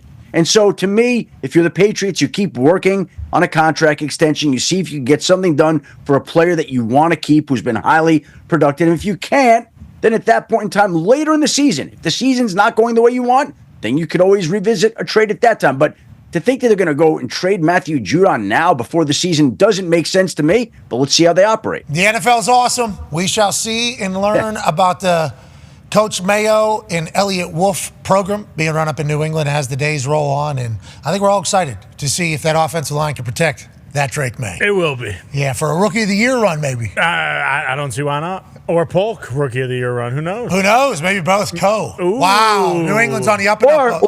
Or a Joe Milton Rookie of the Year run. Oh! Had a great Shut up, debut. dude. Just shut up. Why would you even throw that out? Ladies and gentlemen, Adam Schefter. Schefter's awesome. Obviously, a lot of news around the NFL, but big news in college football yesterday. Yeah. Massive. The first AP Top 25 going into the season was released. And after, you get a chance to sleep on it, think about it, check it out, you really quickly, not with it, you're not sleeping with it. Well, you maybe. Now you're sleeping on it. If you print it out, you might sleep with it. And yeah, but I'm talking like metaphorically. Like sure. you get to think about it overnight. Right. You quickly realize, okay, this is Big Ten SEC. We got North-South situation really brewing here in the entirety. To break it down a little bit more, let's go to Hammer, Dahn, an author. Ladies and gentlemen, it might be adding a new title very soon that holy shit would legitimize this man more than any of us could ever be. Tone Diggs. Tone, what are our thoughts on the top 25, pal? Thank you, Nick Nack, Patty Mac. Let's start right there where Bars. Yeah. I got it from Jameis. It didn't come from me. It's evolving. Thank you. The AP did a phenomenal job here. I don't know if I would change anything that the AP did here. Just an unbelievable group of people. Just kidding. Just kidding. The AP, what do you mean? Just you disagree? No, you don't like the AP? More later on that. But no, the Nick Nack Patty Mac. I said that because you got to give a dog a bone. And who sits at number 1 right there? The Georgia Dogs. The Dogs have only lost 2 games in the last 3 seasons, and it starts right there with that man throwing the ball, Carson Beck. Now he loses Lad McConkey and Brock Bowers, but he's got his guys back. Dominic Lovett, Anus Smith, and Dylan right here. What Smith? Anus. Double checking names. Interesting. Listen. Arian. What? Aeneas. I'm guessing it's not pronounced Anus Smith. I don't know. That's why I asked. But I'm just guessing. That's why I asked. We don't know. That was on me. That was on me. You let AP tell me. Yeah, you're right. No, that was on me. If they got an Anus Smith, Tell you what, the Nick Nack Patty Mac still kind of got me there. Arian Smith, that's on me. That's my bad right there. All right, hey, listen, that's going to happen. You got so many things going on. But they return 8 guys off of an offense that scored 40 points per game last year. So, and they were the number 7th ranked defense, and they return all conference guys at every single level. So the Dogs are the Dogs. Last year, that one loss coming to the SEC championship, that happens again, the Dogs are going to be in the playoffs again this year, and they're going to be wreaking havoc again. Number 2, the Ohio State Buckeyes, who were 12-2 last season, 12-1 in the regular season. That's Trevion Henderson right there. He comes back leading the offense, now run by Chip Kelly. Trevion Henderson will be joined in the backfield by Quinshon Judkins out of Ole Miss, who is all-conference for the SEC there. That's Emeka Ibuka, who is who's been a stud wide receiver for a long, long time. And the new quarterback this year is Will Howard, who was all-conference in the Big 12, who they'll think will be an upgrade last year from Kyle McCord in that situation. The thing that stands out for Ohio State for me, they gave up 11 points per game on defense last year, and they returned 8 starters from that defense. Now, I'm going to say this, and it might come true, it might not. I don't think they give up a touchdown in the first 5 weeks of the season. What? Before they meet Oregon in Week 6. Yeah, it's a couple non-conferences, and then, no disrespect to the couple Big Ten teams that they play in the first 5 weeks. I think one of them is Iowa. Maybe one of them might be Rutgers or something like that. But I just don't know. Right. The defense, they gave up 11 points per game last year. The defense is absurd, and there's adding Caleb Downs. And Caleb Downs, yes. And Which Judkins, Alabama people said, hey, this is the guy. Mm-hmm. Yeah, Hall of Famer. Gold jacket, yeah. So the day he stepped onto the campus as a freshman, they were like, that might be the greatest guy that ever comes through our entire building and program. Now think about Alabama. Just go ahead, all the names. That was literally as soon as he got there, and then he started, and then he was the best player. And he just goes to Ohio State. Yeah. You guys are cheating over there in Columbus. Yeah. We know you're cheating. Again. They say he's like having another defensive coordinator on the field, they say, already. Yeah, literally since his freshman year of college. How's that? He's just the one. Super genius. He's the one. Big brother here. And he goes to Columbus. Yes, big brother's here. Josh Dahn. Oh, that's the same family? Yeah. Football Holy guy. shit, we need him back. Yeah. Let's get him healthy. All right, Tone, anything else we need to know from that top 10, from the AP top 25 that we should be thinking about? A lot of SEC Big Ten, right? That's kind of the big ton of SEC storyline. Big Ten, and then there was some facts floating around out there. 18 of the last 20 seasons, the national champion has come from the top 7. Which, I agree with there. Yeah, that's from Brett McMurphy. I think it's going to come from number 1, 2, 3, or the current number 6 spot at Ole Miss, but most likely going to come from the top 7. And then every single year of the 20 out of the last 21 seasons, someone in that top 10 will fall to be unranked. So a lot of people are wondering who that could be this season as well. It won't be Penn State. No. Because they'll be 10-2 or whatever. It won't be Penn State. Won't be Notre Dame. No. Won't be Notre Dame. Florida State. Won't be Florida State. No chance. DJ Uiagalelei, who is a veteran in the game in Florida State with Norvell, the recruiting. I will be intrigued to see who falls. That'll be fascinating. Tone, we appreciate you so much. Excited for this college football season to get started in just... I believe we are now 11 days. Okay, we're not doing it anymore. All right. Thank you, Tone. It's got to be less than that. Thank you, Tone. No, it is 11. Thank you so much, Tone. No problem. Joining us now live, ladies and gentlemen, is the guru on football and quarterback. So much so, he actually became a writer on ESPN.com and put out a ranking of all of his top 10s in every bucket you could judge a quarterback. Ladies and gentlemen, Dan Orlovsky. Yeah, Dano, sorry. What up? Sorry we're a little bit late. It looks beautiful wherever you are, and you look super cool. Not as cool as McDaniel, but super cool.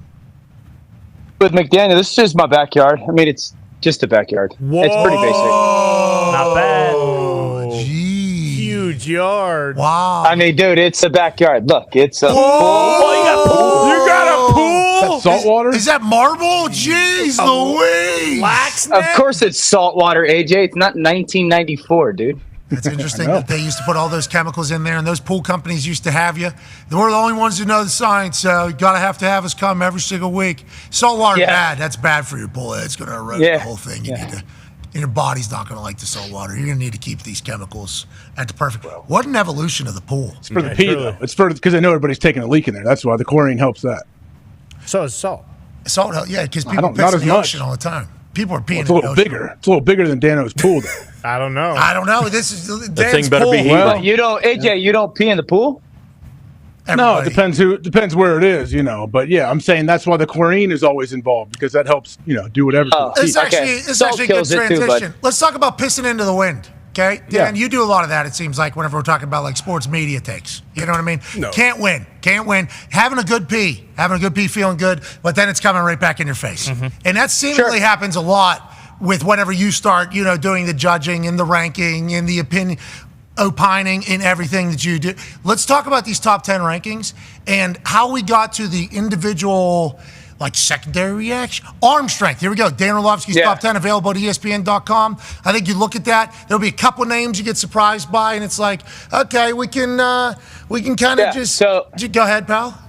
Well, so attached to each group ranking was a write-up, and no, we didn't read that. We didn't read that, Dan. Forget about that. No, why would you do that? So the arm strength one, I kind of broke down into two separate things and tried to morph them together. So it was the guys that can launch it downfield in a 70-ish yard range, like some of those guys. Like Josh is certainly one of those guys. Herbert's one of those guys. Flacco? Will Levis, Baker. That's why Baker's in there. And then it was also the guys that can fit in that 20-yard throw that's got to be on an absolute rope that's stepped on, and that's where Stafford gets into that one, Rodgers gets into that one, Lamar gets into that one, so Anthony as well. So it's a little bit of a grouping of both those, like who can launch it and or who I think is the best at just ripping one in a small space 20 yards. Okay, so let's move on from the arm strength top 10. Let's go to ball placement.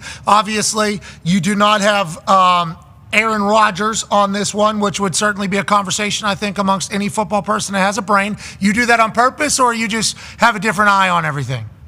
No, I mean, so accuracy, ball placement, different things. We've talked about that. Accuracy, throwing to your guy, ball placement, throwing away from the defender. I was trying to be, with some of these, Pat, I was trying to be a little bit conscious and aware of, the present day. Obviously, Aaron is in that conversation, didn't play last year. It was a little bit like Kyler as well with the running. So, I try to be, fair to some of the guys that did it recently and in this past season, in comparison to maybe not, Aaron being there. Got it. And Aaron dropped 170 yards for the arm strength one last year, so in those 4 plays. Highest seasons for ratio touchdown.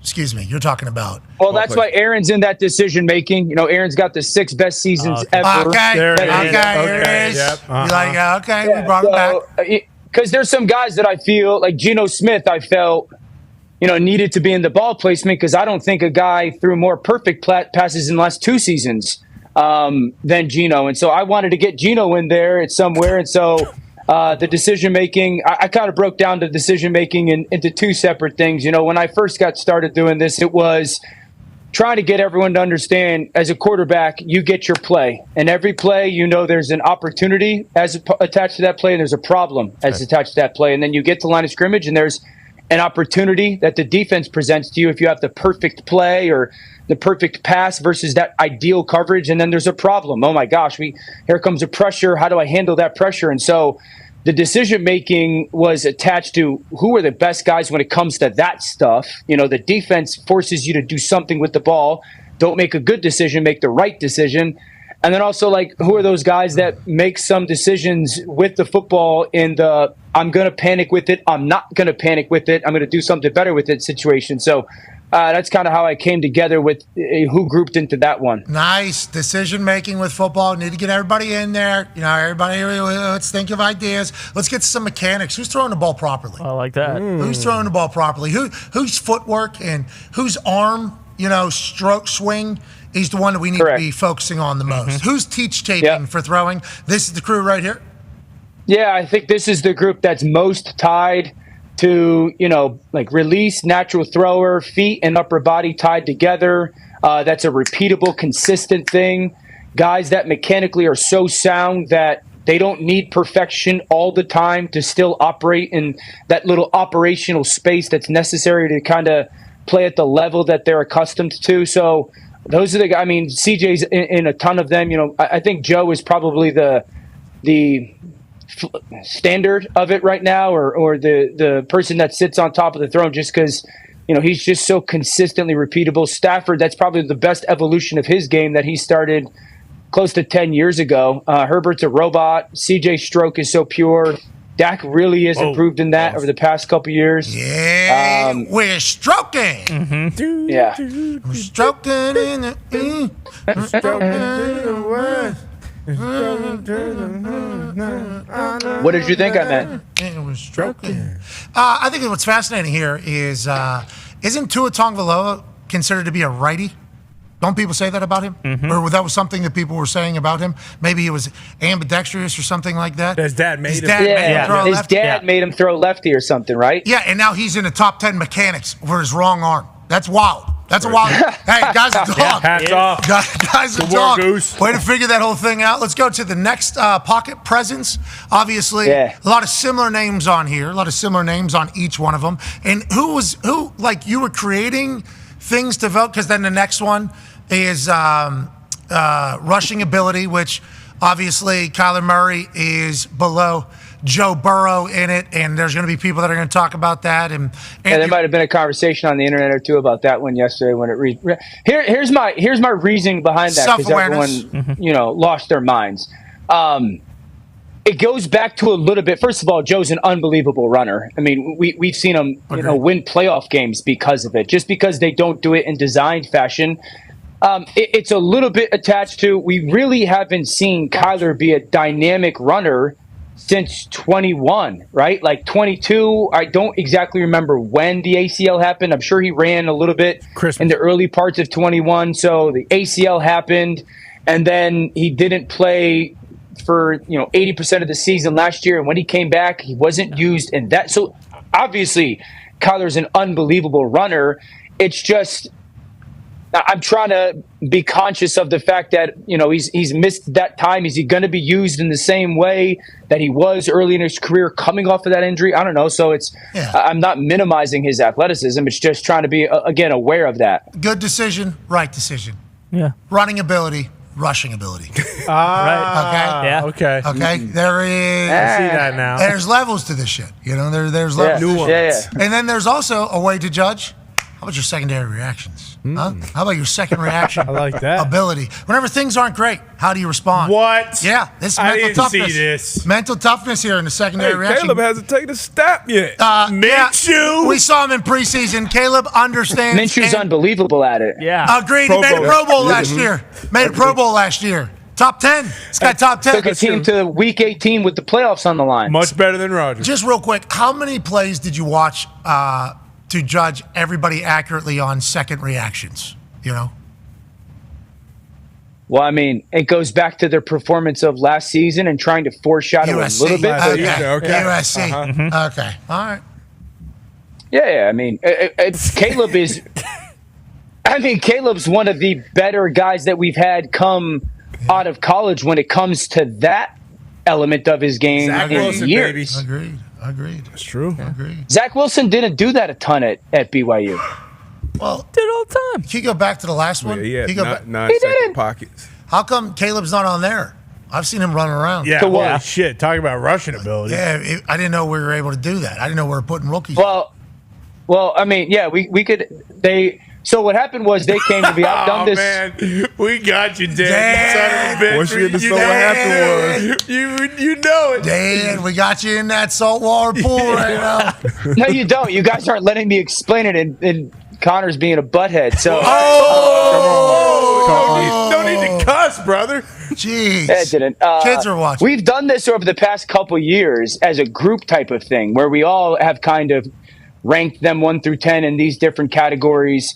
And then they kind of, I guess, take all that information and create them. And then ESPN and the people that we've been a part of doing this with came to me and said, hey, we're just going to have you do it this year. Is that cool? And so I initially did a rough draft, and they pushed back to me a little bit and said, hey, what do you think about, did you forget about this guy or this guy? And I was like, no. And they're like, how about throwing rookies in? Do you think that's warranted? And I was like, I don't really want to throw rookies that much in that much. And so, Jaden was in consideration for ball placement, and I wanted to get Caleb in there. So, it was a little bit of a collaborative effort when it came to some of the people that were behind the brains of formatting it. But adding rookies in there was the potential for every category. Okay. Hey, we appreciate your effort and your work for football. Not only now on ESPN.com, but for all of us. I mean, as soon as we saw it, it's like, thank you, Dan, for doing this. Let's go. So that we can have a full conversation about it and also learn a little bit more about these quarterbacks that we love. Dan, enjoy the rest of your summer day here. We can't wait till it's all day Dan Orlovsky on ESPN. September 2nd, man. That's so cool, dude. You saw he caught a fish the other day. Wow. Dude, I was excited about that. You should be. I'm a terrible fisherman as well. I don't like it, dude. I don't get it. I don't understand it. I don't know why people like it. There's no way you could have any form of ADD and enjoy fishing. Agreed. I think we're seeing the same picture, but people fish or they golf, it's like similar. It's like they're good. And there's people that are very good at fishing. Oh, yeah. Like Mr. Von Dahn. Yeah, Kevin Von Dahn, the greatest fisherman, the greatest angler of all time. He just retired. All right. Let me ask you a question. And I'm not trying to be rude here, but how is someone good at fishing? Well, if there's a fish in the fucking water, Kevin Van Dam's pulling that son of a bitch out. That is what makes him good at fishing. But isn't it like, hey, here's the bait. Throw it in the water. You gotta work. Kind of lures. You got different kind of reels. You got different kind of bait. But you got different kind of fish. You got different kinds of water. Sound like a fool. And then you got to read, obviously, where there's some shit in the water for these fish to hide under. And there's just, you got to scout, Dan. You can't just show up at the water and say, I can't see through this. Where are they? It's not a luck game. You think Kevin Van Dam became the greatest of all time? It's a little bit of right place, right time. No.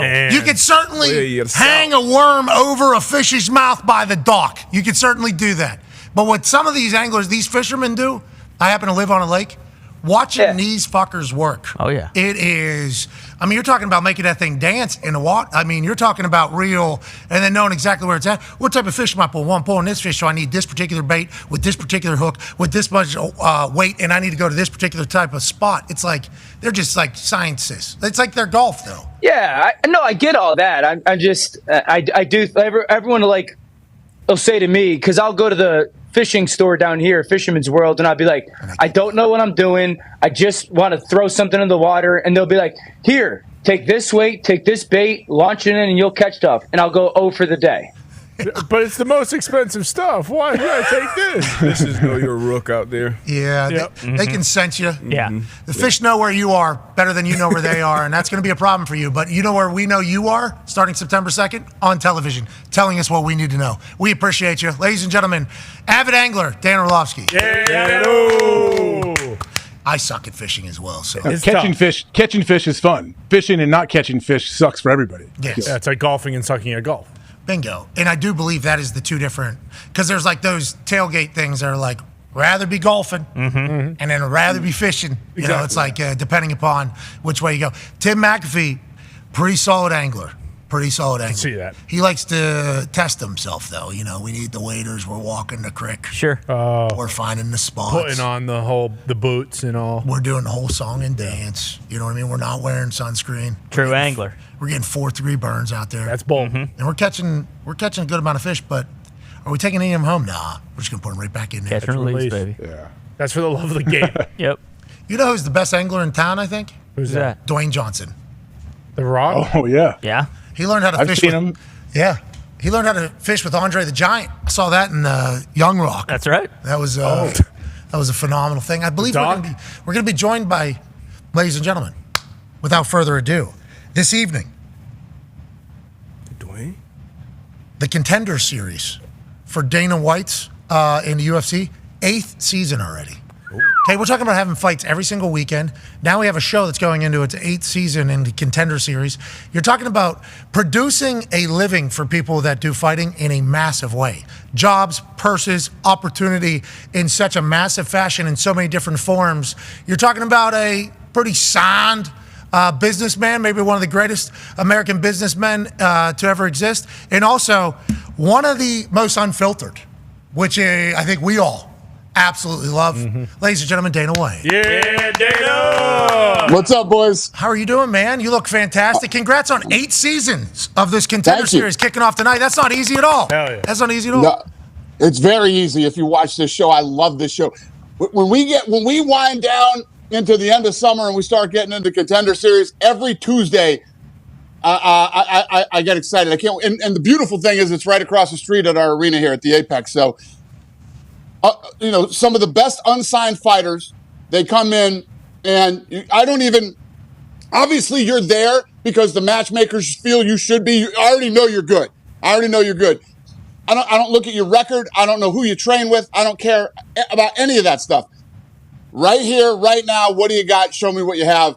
And these kids go at it. It is the best show on television, I'm telling you right now. If you've never seen the Contender Series, you have to check it out. And you guys, if you're ever in Vegas, you have to see this thing live at the Apex. It's incredible. I hope we do 800 seasons of the Contender. Okay. I hope you do as well. And it seems like with everything you do, there's going to be massive success. I couldn't even fathom dreams coming true, obviously, on the Contender Series. That's a big piece of this entire thing.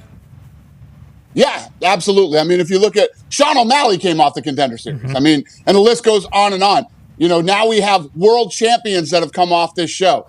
So, yeah, it is absolutely, if you are talented enough and if you have what it takes tonight at 4 o'clock, West Coast time, you're going to make it in the UFC and you could possibly be a world champion someday. Dana, so many fights now, so many events, so much opportunity seemingly for everybody. Why the fuck are we fighting at 5:15 a.m. local time? Dana, that was one of the most insane things I've ever seen. I was watching it live, and I was on some milligrams, potentially 50 to 70, maybe 80 of them. And obviously, anytime you have a European crowd for anything, they're going to be awesome. And then it snapped. I'm like, damn, this is live over there. I started doing the math and where they were. And obviously everybody had juice and the energy was insane. You obviously knew that was going to happen. Has that happened before? I don't remember if you've done a fight like that before, local time that late. And what do you think going forward with that type of stuff? Yeah, we've been doing that for years. The problem is when you go global, you're in other time zones, but we always try to stay on American time zone, but sometimes we're not. So, we got early fights, we got late fights, we got fights in the middle afternoon. It gets all mixed up depending on where we're going. We're cruising around here soon. We're going to Perth this week. We're going to Perth, Australia. We got Paris, France coming up.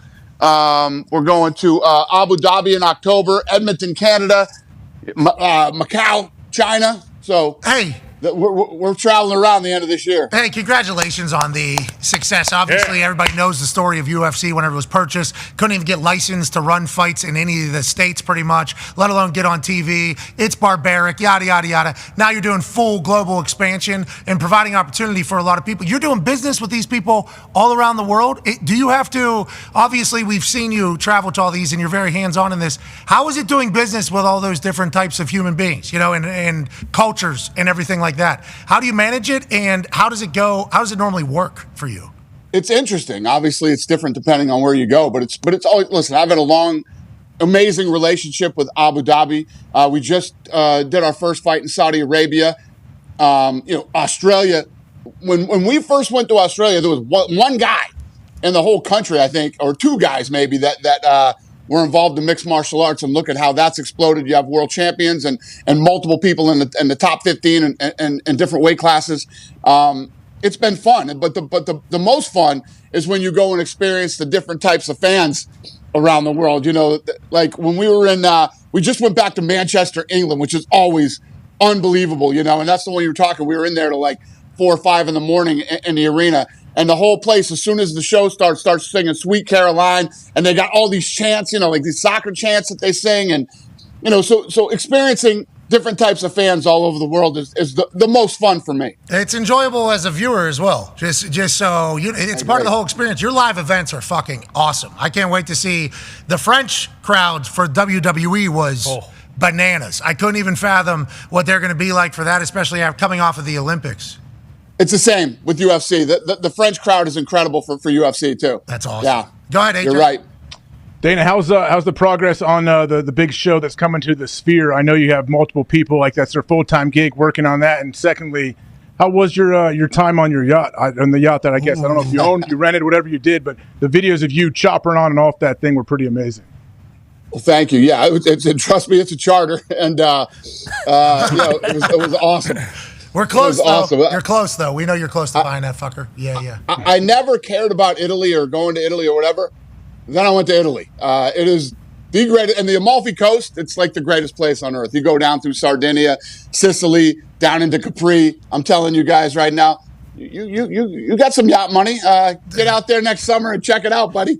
No. But the Sphere has been an absolute beast. My production team is 24/7 on this thing. We had meetings, half the day yesterday for me on the Sphere.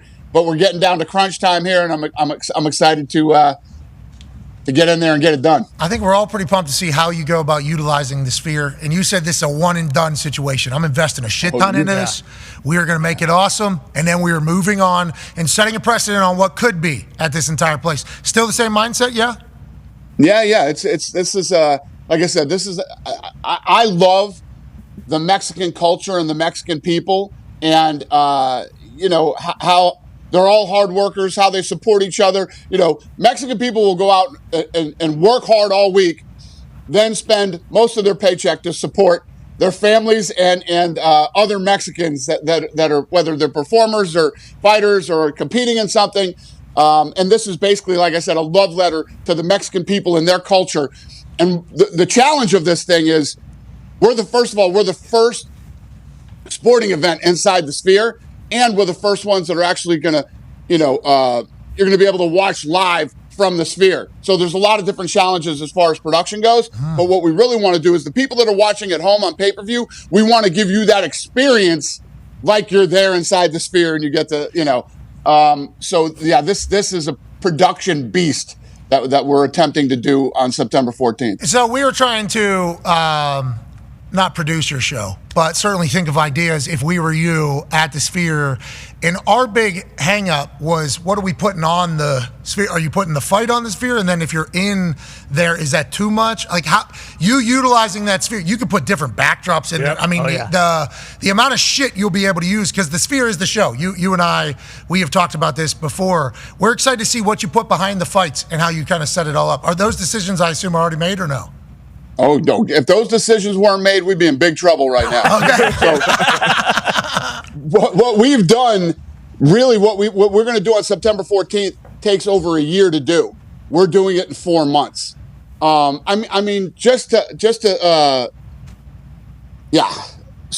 when the show starts, we're going to have the prelims, and then we're going to tell throughout the rest of the night the history of combat in Mexico.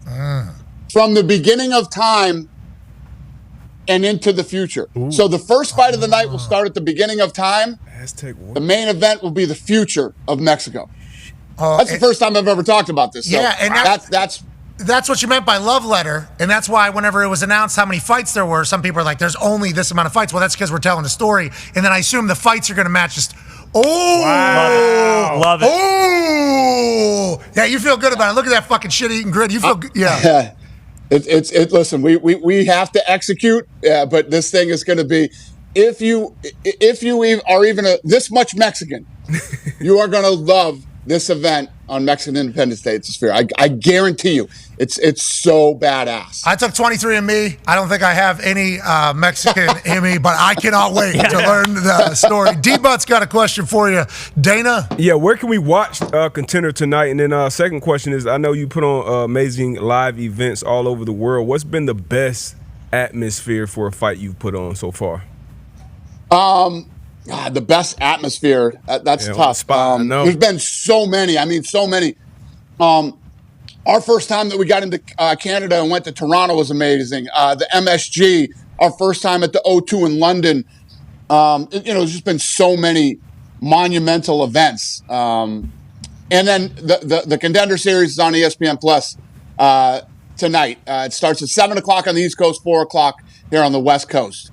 All right, we can't wait to watch. We appreciate the hell out of you, man. I mean, there's one last question, but we got a hard out in a minute, so the timing is kind of weird. Nah, fuck it. Hey, will you fire away? I'll answer quick. What do you got? Okay, go ahead, Connor. Yeah, Dana, Joe Rogan, you just said always kind of hit you up about the John Jones-Pereira fight. Is that going to happen or what? No. Okay. See, that was easy. That was quick. Boom.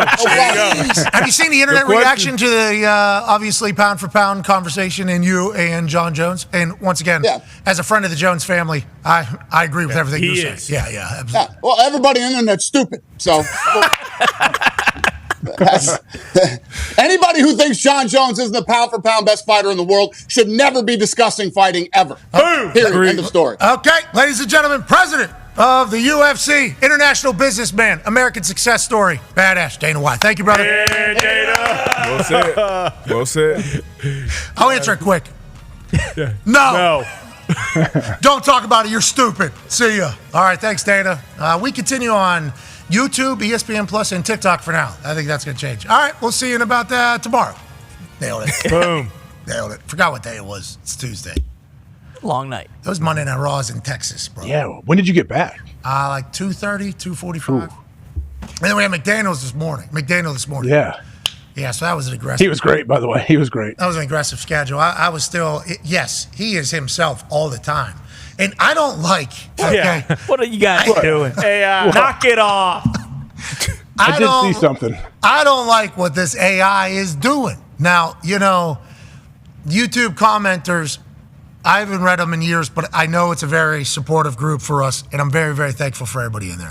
Every once in a while, I'll get tweets from people that are in the YouTube comments, and they're like, hey, we're part of the comments section, and I'm always very grateful. We meet people out of live shows. Like, I appreciate how active people are during the program. It is very, very kind of them. I try to stay out of there, though, strictly because everything you hear about YouTube comments is like you shouldn't read those if you're the person that are potentially on camera and everything like that. So now they got AI that is giving a review of YouTube commenters. I mean, that is a fascinating thing because there's some talented people on their keyboards in there. And when McDaniel comes on and he has the delivery that he has, I mean, the AI was cooking McDaniel. And this is not from us. This is viewers are discussing the odd and incoherent speech of the speaker, and they're speculating on his level of marijuana use. They're also commenting on the speaker's rambling and lack of clarity and how it is making them feel. These are YouTube commenters' thoughts. Jeez. And the AI is like, hey, you want to hear what these people are saying? No, don't read them. Here, this is what they're saying. And how it is making them feel. I love that last line. Yeah, it's like AI, Jesus Christ. Should we be just burying it? If you listen to what he's saying, there's a lot of clarity. Exactly. Now, granted, listening to it does take a little bit of more emphasis on the listening part of it all. Yeah. But boy, he is one of one. He is one of one, AJ. Yeah, you guys are right, though. You said, you're only cool for so long. If you don't win, you're not cool anymore. So they go hand in hand, 100%. Yeah, you go from cool to lame quick whenever success is nowhere to be found. Like, hey, that's cool. It's kind of lame, isn't it? That's like Russell Wilson, Yeah. Everything Russell Wilson was doing was good, cool. Then they stopped winning. It's like, kind of lame. I don't like this guy. That's what they said. Yeah. I'm not saying me. I'm just telling you what the AI would say about the internet's reaction to everything that happened to Russell Wilson. That's the way it goes. I like that McDaniel knows that. I appreciate the fact that he knows that, AJ. He seems to have a high level of self-awareness, for sure. Yeah, and does not seem like a lack of fucks. Yeah, and consistent. Yeah, because he's always him. Yeah, we appreciate him for something, Bob. Oh, yeah, I love it. That was a long conversation in the middle of training camp. Dan Orlovsky came through and told us everybody's got to make a list. Yep. That was cool. I want to get Gino in there, so Caleb. Yep.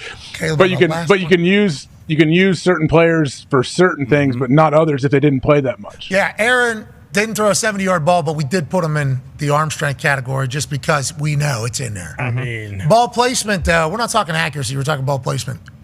Okay, so you're saying that Aaron doesn't know where to put the ball. Yeah, not throwing to your guy, throwing away from the defense. Yeah. So Aaron's accurate, but he just doesn't know exactly where he's supposed to put it. Right.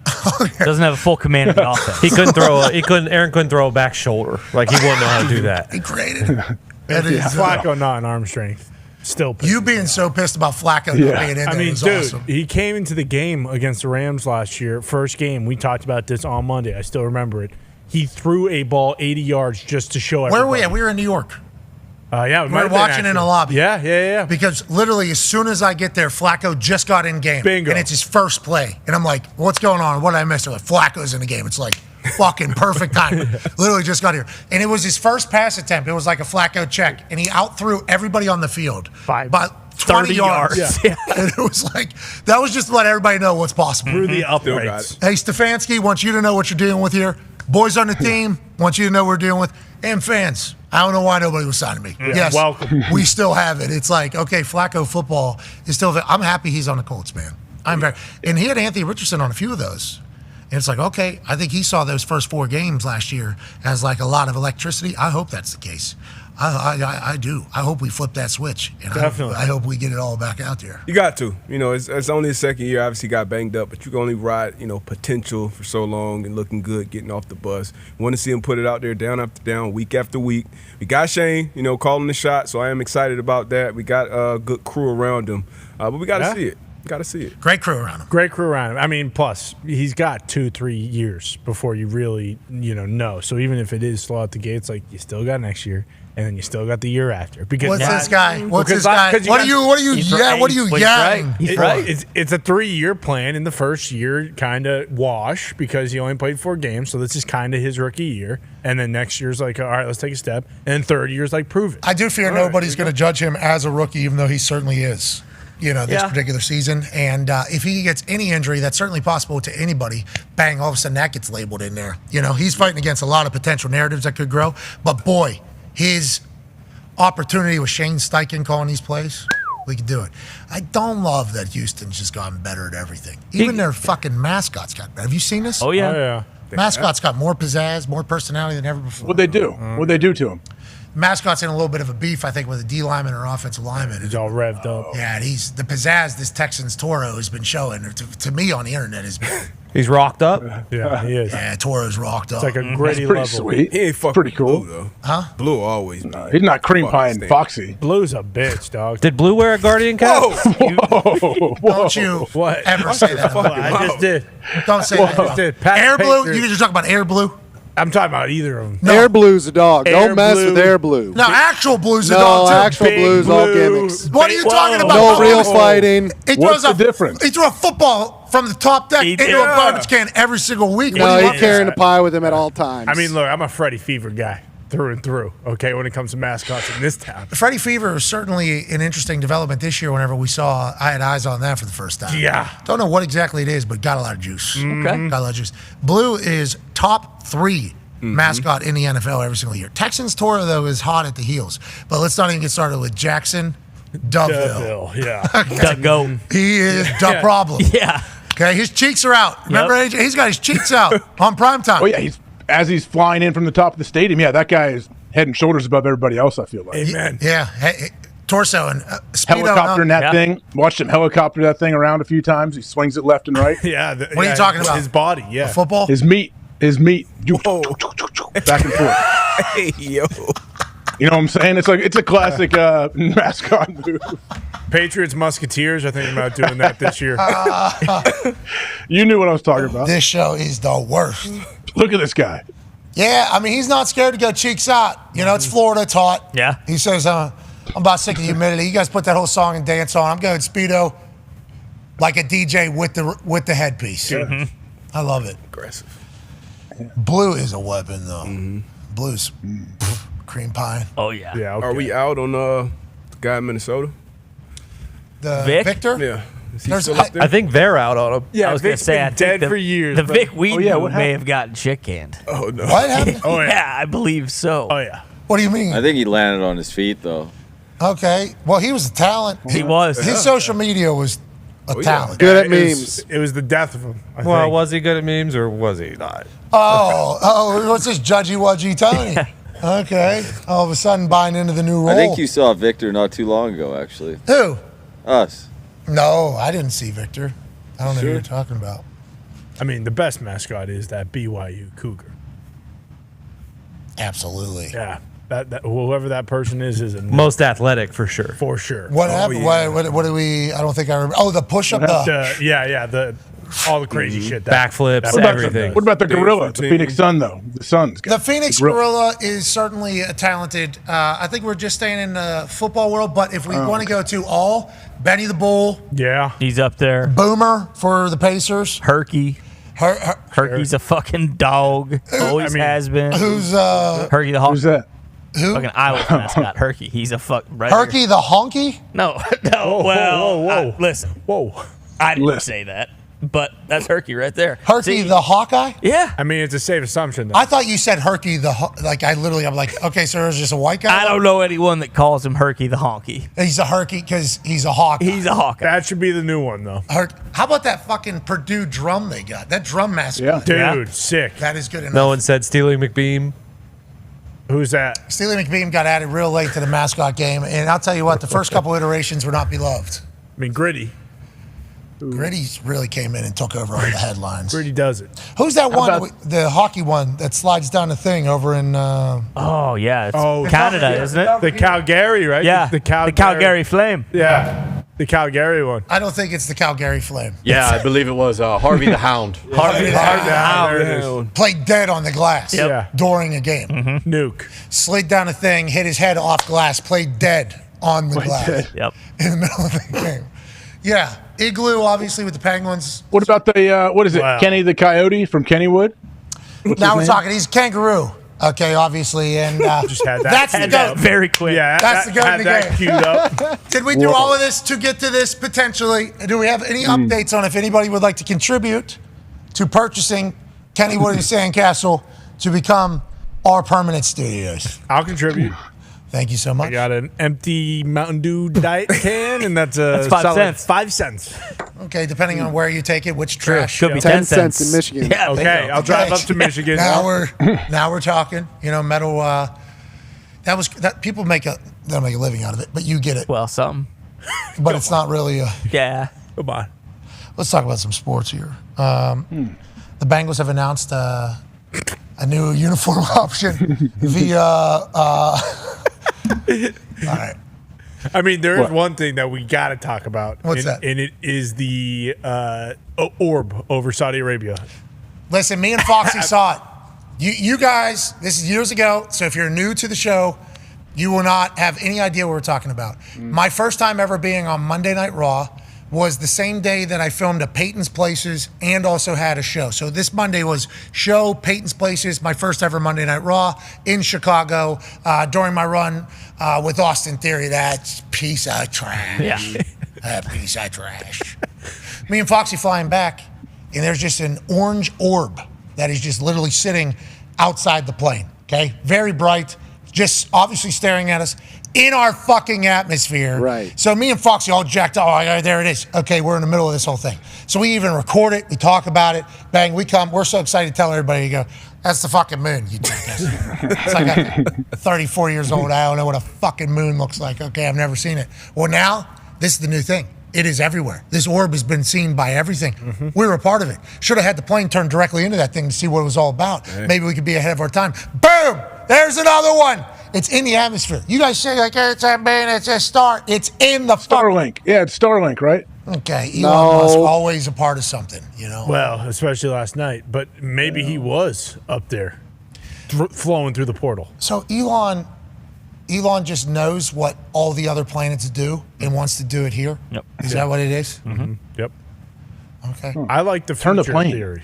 Yeah, just let's go into their thing. Let's go see what's happening. Tell the passengers, hey, we're going to have to take a hard right and check out what this portal is, guys. Yeah, I'm fascinated by it all. Are we going to be alive for the time where we really get the answer? I think so. It feels like it. It really does feel like it every time I see something. But then there's still people out there that have no belief at all in it. And it's like, I don't get upset. I just get so confused. I'm like, really? You just think? And that's because William Shatner went up there. Yeah. Well, William Shatner comes back and goes, "Don't. It's just us. There's nothing up there. Oh my fucking god!" And so lonely. Then he hosts a show I think called like Unanswered or something on Netflix that talks about all these things. Yeah. So then he's like considered one of the people that speaks about it, and then he comes out and is like, "Everything I thought was cancel the show. Cancel the show. There's nothing fucking out there. There's fucking no conspiracies. It is the most lonely place imaginable, and we got 2 astronauts just floating around up there right now. Yeah, is that real? So they're stuck up there? Is that true? It's certainly real. Yeah, but they can take FaceTimes, I heard. They got service? I think they doing Cameo or what? I don't know if they're trying to earn money. I don't know. I think this is for they could reach their family. I think they're able to still talk to their family. It was supposed to be 8 days or 10 days or something like that. Now they're staring down like a 6-month stay. Oh my god! And their don't work. So they got to figure out how to fix the because if they come into the atmosphere at the wrong angle, because the burrs don't work, then I guess it would just they will be vaporized and turned into goo. So now they're trying to figure out how to fix the boos so they can thrusters so they can get in properly back into Earth, I guess. But the issue is it's a Boeing spacecraft, and they can't ask SpaceX for help because that would just be embarrassing. Yeah, and there was that rumor going. I don't know if that ended up being true or not. If I believe it is. I don't know if Elon could just fucking Elon can actually hop on the outside of one of his with one of those hats. Yep. Ride that thing up there and be like, "What do you need?" And then carry it grab back down. grab it and bring it back down with him. That's what we were reading. Alleged. That is being alleged that SpaceX could potentially do that. And then for some reason there's not, and maybe it'll end up being that at some point. But they were getting. I saw a NASA expert, not the astronaut, but like a NASA expert on the Today Show, because Hoda and Savannah were asking about these people that have been in space. It was supposed to be a 3-hour that whole thing, and they were like, they understand that this is possible. They are very comfortable. They are very confident. Yada yada. I'm like, man, I would not be. So how much food do they have up there? Food. They're talking about like hygiene, obviously, because they're man, the whole stink up there. And they're just in a. Just staring. And you don't know when you're coming back either. That's the thing. Like, there's nothing scheduled, right? And what if they hate each other? Yeah, I guess. That's probably a big part of astronauts. Hopefully they worked that out before they went. Yeah. But But still, you never know. You never know, though. They might have been telling each other, like, all right, I can like this person for 8 days. We can do 2 weeks if we have to. There's a chance it's longer. Okay, I can do 3 weeks if we have to. No big deal. Anybody, I can do that. What if you had to do 8 months? Can we even survive? No. Hey, we hope you come back. We don't know if you're watching. Maybe. Yeah, could be. Yeah. It's NTC up there. And Elon. He'll figure it out. That's not a bad idea. Just one jetpack. Carry each other. They won't even need a rocket. That shit was crazy on the internet last night. The way things are kind of going these days for political campaigns. Be a wild week. There's a lot going on, man. And we're just in the middle of it, doing a little football. That's right. That's all. Football's back, and Alien every once in a while, because me and Foxy saw one and everybody made fun of us. Yep. So we are classic, people that just won't be believed. Foxy. Here it is. Boom. Here's our video. Look, that guy is 0 milligrams. Okay? Right there. Same exact thing. It's literally the same thing that the Saudi Arabian pilots came out and said, boom, there's, we don't know what that is. It looks like we were closer, actually. Yeah, maybe. You guys were victims of the balloon saga. No, we heard that a lot. No. We heard that a lot. I'm not saying that. I'm saying because that was going on at the time, it was like, there's probably another Chinese weather balloon. Yeah, all right. Yeah, balloon. I believe in the orb, brother. I mean, this is why people don't tell their stories. Okay? I'm an orb truther. That's why people don't tell their story. Because they never believe they get mocked. You can have it on camera. You can have it on camera. We need video evidence. We need some clarity. We need someone to land and step off that ship, or we need to see something. We need some more evidence. Right. We need to go shake their hands. Yeah. Yeah. What if they don't want to shake our hands? Yeah. What if they don't have hands? Then that's okay. If we need a headbutt, we'll headbutt. We'll put the Guardian caps on first. Oh yeah. For sure. Just like you. Just like AJ Hawk did back in the day that led to these modern day football. I'm so happy that we found that footage. This is the first time a Guardian cap was used in an actual game. Thank you to AJ Hawk being a trailblazer of football. Wow. Thank you, AJ. Pioneer. Yeah. Feels good. Yeah, I'm on the right side of history, aren't I, with that? Always are. You don't sound like you believe that. Is that what you think? Or no, I don't know, because I still like to. I'm torn because I like the dudes. There's guys wearing them that I respect and I like a lot. So I'm like, all right. Doesn't sound like it. We can respectively agree to disagree, I guess. Amen. There you go. Amen, brother. We need more of that. If you're helping your brain, I can't fault you for it. If you think it's helping your brain, I cannot fault you. You think you said this is a placebo? You don't think there's actual No, stats? not They're saying a placebo. 10 to 15%. I don't know. At least. I just don't know. It just feels so big. There's more surface area out there to hit. It's an extra inch, 0.8 How about you pounds. guys? Okay. Have any of you guys? Did you guys used to like box each other in your basement when you were young? Like we had boxing gloves and we would kill each other. And when we would wear headgear, it hurt way worse than without headgear because it rattles your brain. And that's what I feel about Guardian caps almost. And I've never hit anyone with one, so I don't know though. That was 25 years ago, science. I assume technology is a little bit different. That's why they have them broken up into pieces, because those big helmets that used to get put on, it would almost spread out the punch throughout the entirety of the area. It's like instead of just taking one, you're taking like 10 punches at the same time. They have those little pillows. Yep. They're little pillows. Mm-hmm. They're little pillows. They look cool. when does the first helmet company create the Guardian helmet? And when does it get approved by the NFL? And when does that become a new billion-dollar business? Yeah, the approval. It sounds like they made. They're all trying. Next offseason? Yeah. Is that next offseason? Look how many models. Didn't Dr. Allen Still say there's 12 new models of helmets in the NFL this year? Maybe. Oh, I remember the number being 5, but there might have been a 12 in there. Yeah, so there's 5 helmets that are just as safe or position specific that are just as safe as the Guardian, so you don't have to wear a Guardian cap. Okay, so they have 5 Guardian cap helmets for position-specific players already. Which is what Andrew Thomas had on when he gave Terry and Arnold that concussion. Which is why he didn't have to have the Guardian cap on, which protects the other person as much as it protects you. Correct. Because remember, if we have 3 Guardian caps running into each other, that's anywhere from 30 to 45% less damage. Because it's 10 to 15 per. So you take away 45% damage. Okay, now we're doing some math here. Happened 3 plays in a row. That's, 120%. Players wearing these new helmets are not required to wear a Guardian cap in practices. The specific helmets are the Rydell. Okay, Rydell got ahead of the game. Yeah. Thank God. Rydell said, hey, we know helmets better than anybody. We can't let some outside party take our game from us. Let's start getting into this. O-line, D-line, obviously probably more in the front, in the side there. QB, massive in the back, as if it's a pillow. And then the punter one that's not shown is obviously a baseball hat. Yep. So I'm happy they decided to do that. Correct. Yeah, I'm happy they decided to do that. Kickers don't have to make more tackles. Joey Sly, actually, currently in a competition up in New England, he's a properly jocked lad. Yeah. Properly jocked, always has been. Absolute meathead dog. Okay, kicks the shit out of the football. Has been on a lot of teams. Has been around the NFL. He actually came out and talked about the kicking competition with a fantastic beard, which is also Joey Sly football. He said that he's a willing tackler. That's a big part, I assume, of some of the decisions being made. That's that new kickoff rule. So we got the Guardian caps in there. We got the new kickoff rule. That's potentially implementing some things. We got new football, but we got the same sport we love, AJ. Amen. Yeah, we do. Don't you think coaches legit have to take this into account? Like if you have a kicking competition and it's, they're head to head or they're pretty close, you're definitely going to go with the guy that can make more tackles, don't you think? You're always going to take the veteran who's made more kicks over anybody else. Always. That is just the end-all be-all cover your ass decision. Okay? Because if we pick the guy who's made kicks and has been with us over anybody else, if it's close, if they miss, at least we can say he's been good for us, and then we move on. But if they're tied and they haven't done anything, like Ryland did not have a great year last year. Joey Sly has been around. So if they are tied and equal, then you start going into those extra things. Can this guy punt if we have to have him punt? Can he kick off better? Okay, and can he lay the fucking wood? Joey Sly can. Yes, he can. Well, and for the tackling for the kickers, like all those clips that we showed yesterday of the kickoff and guys breaking away, like isn't it going to be harder no matter what for guys to get, actually to the house because they're not sprinting down and it's probably easier to turn and run back? It seems like there is going to be like a shell coverage for some of these kickoff games where instead of for instance, with a lot of the tackles that I had to make, you break through. It's like, here we go. You got 2 safeties, but if a safety gets caught up in there, all of a sudden it's one line of defense.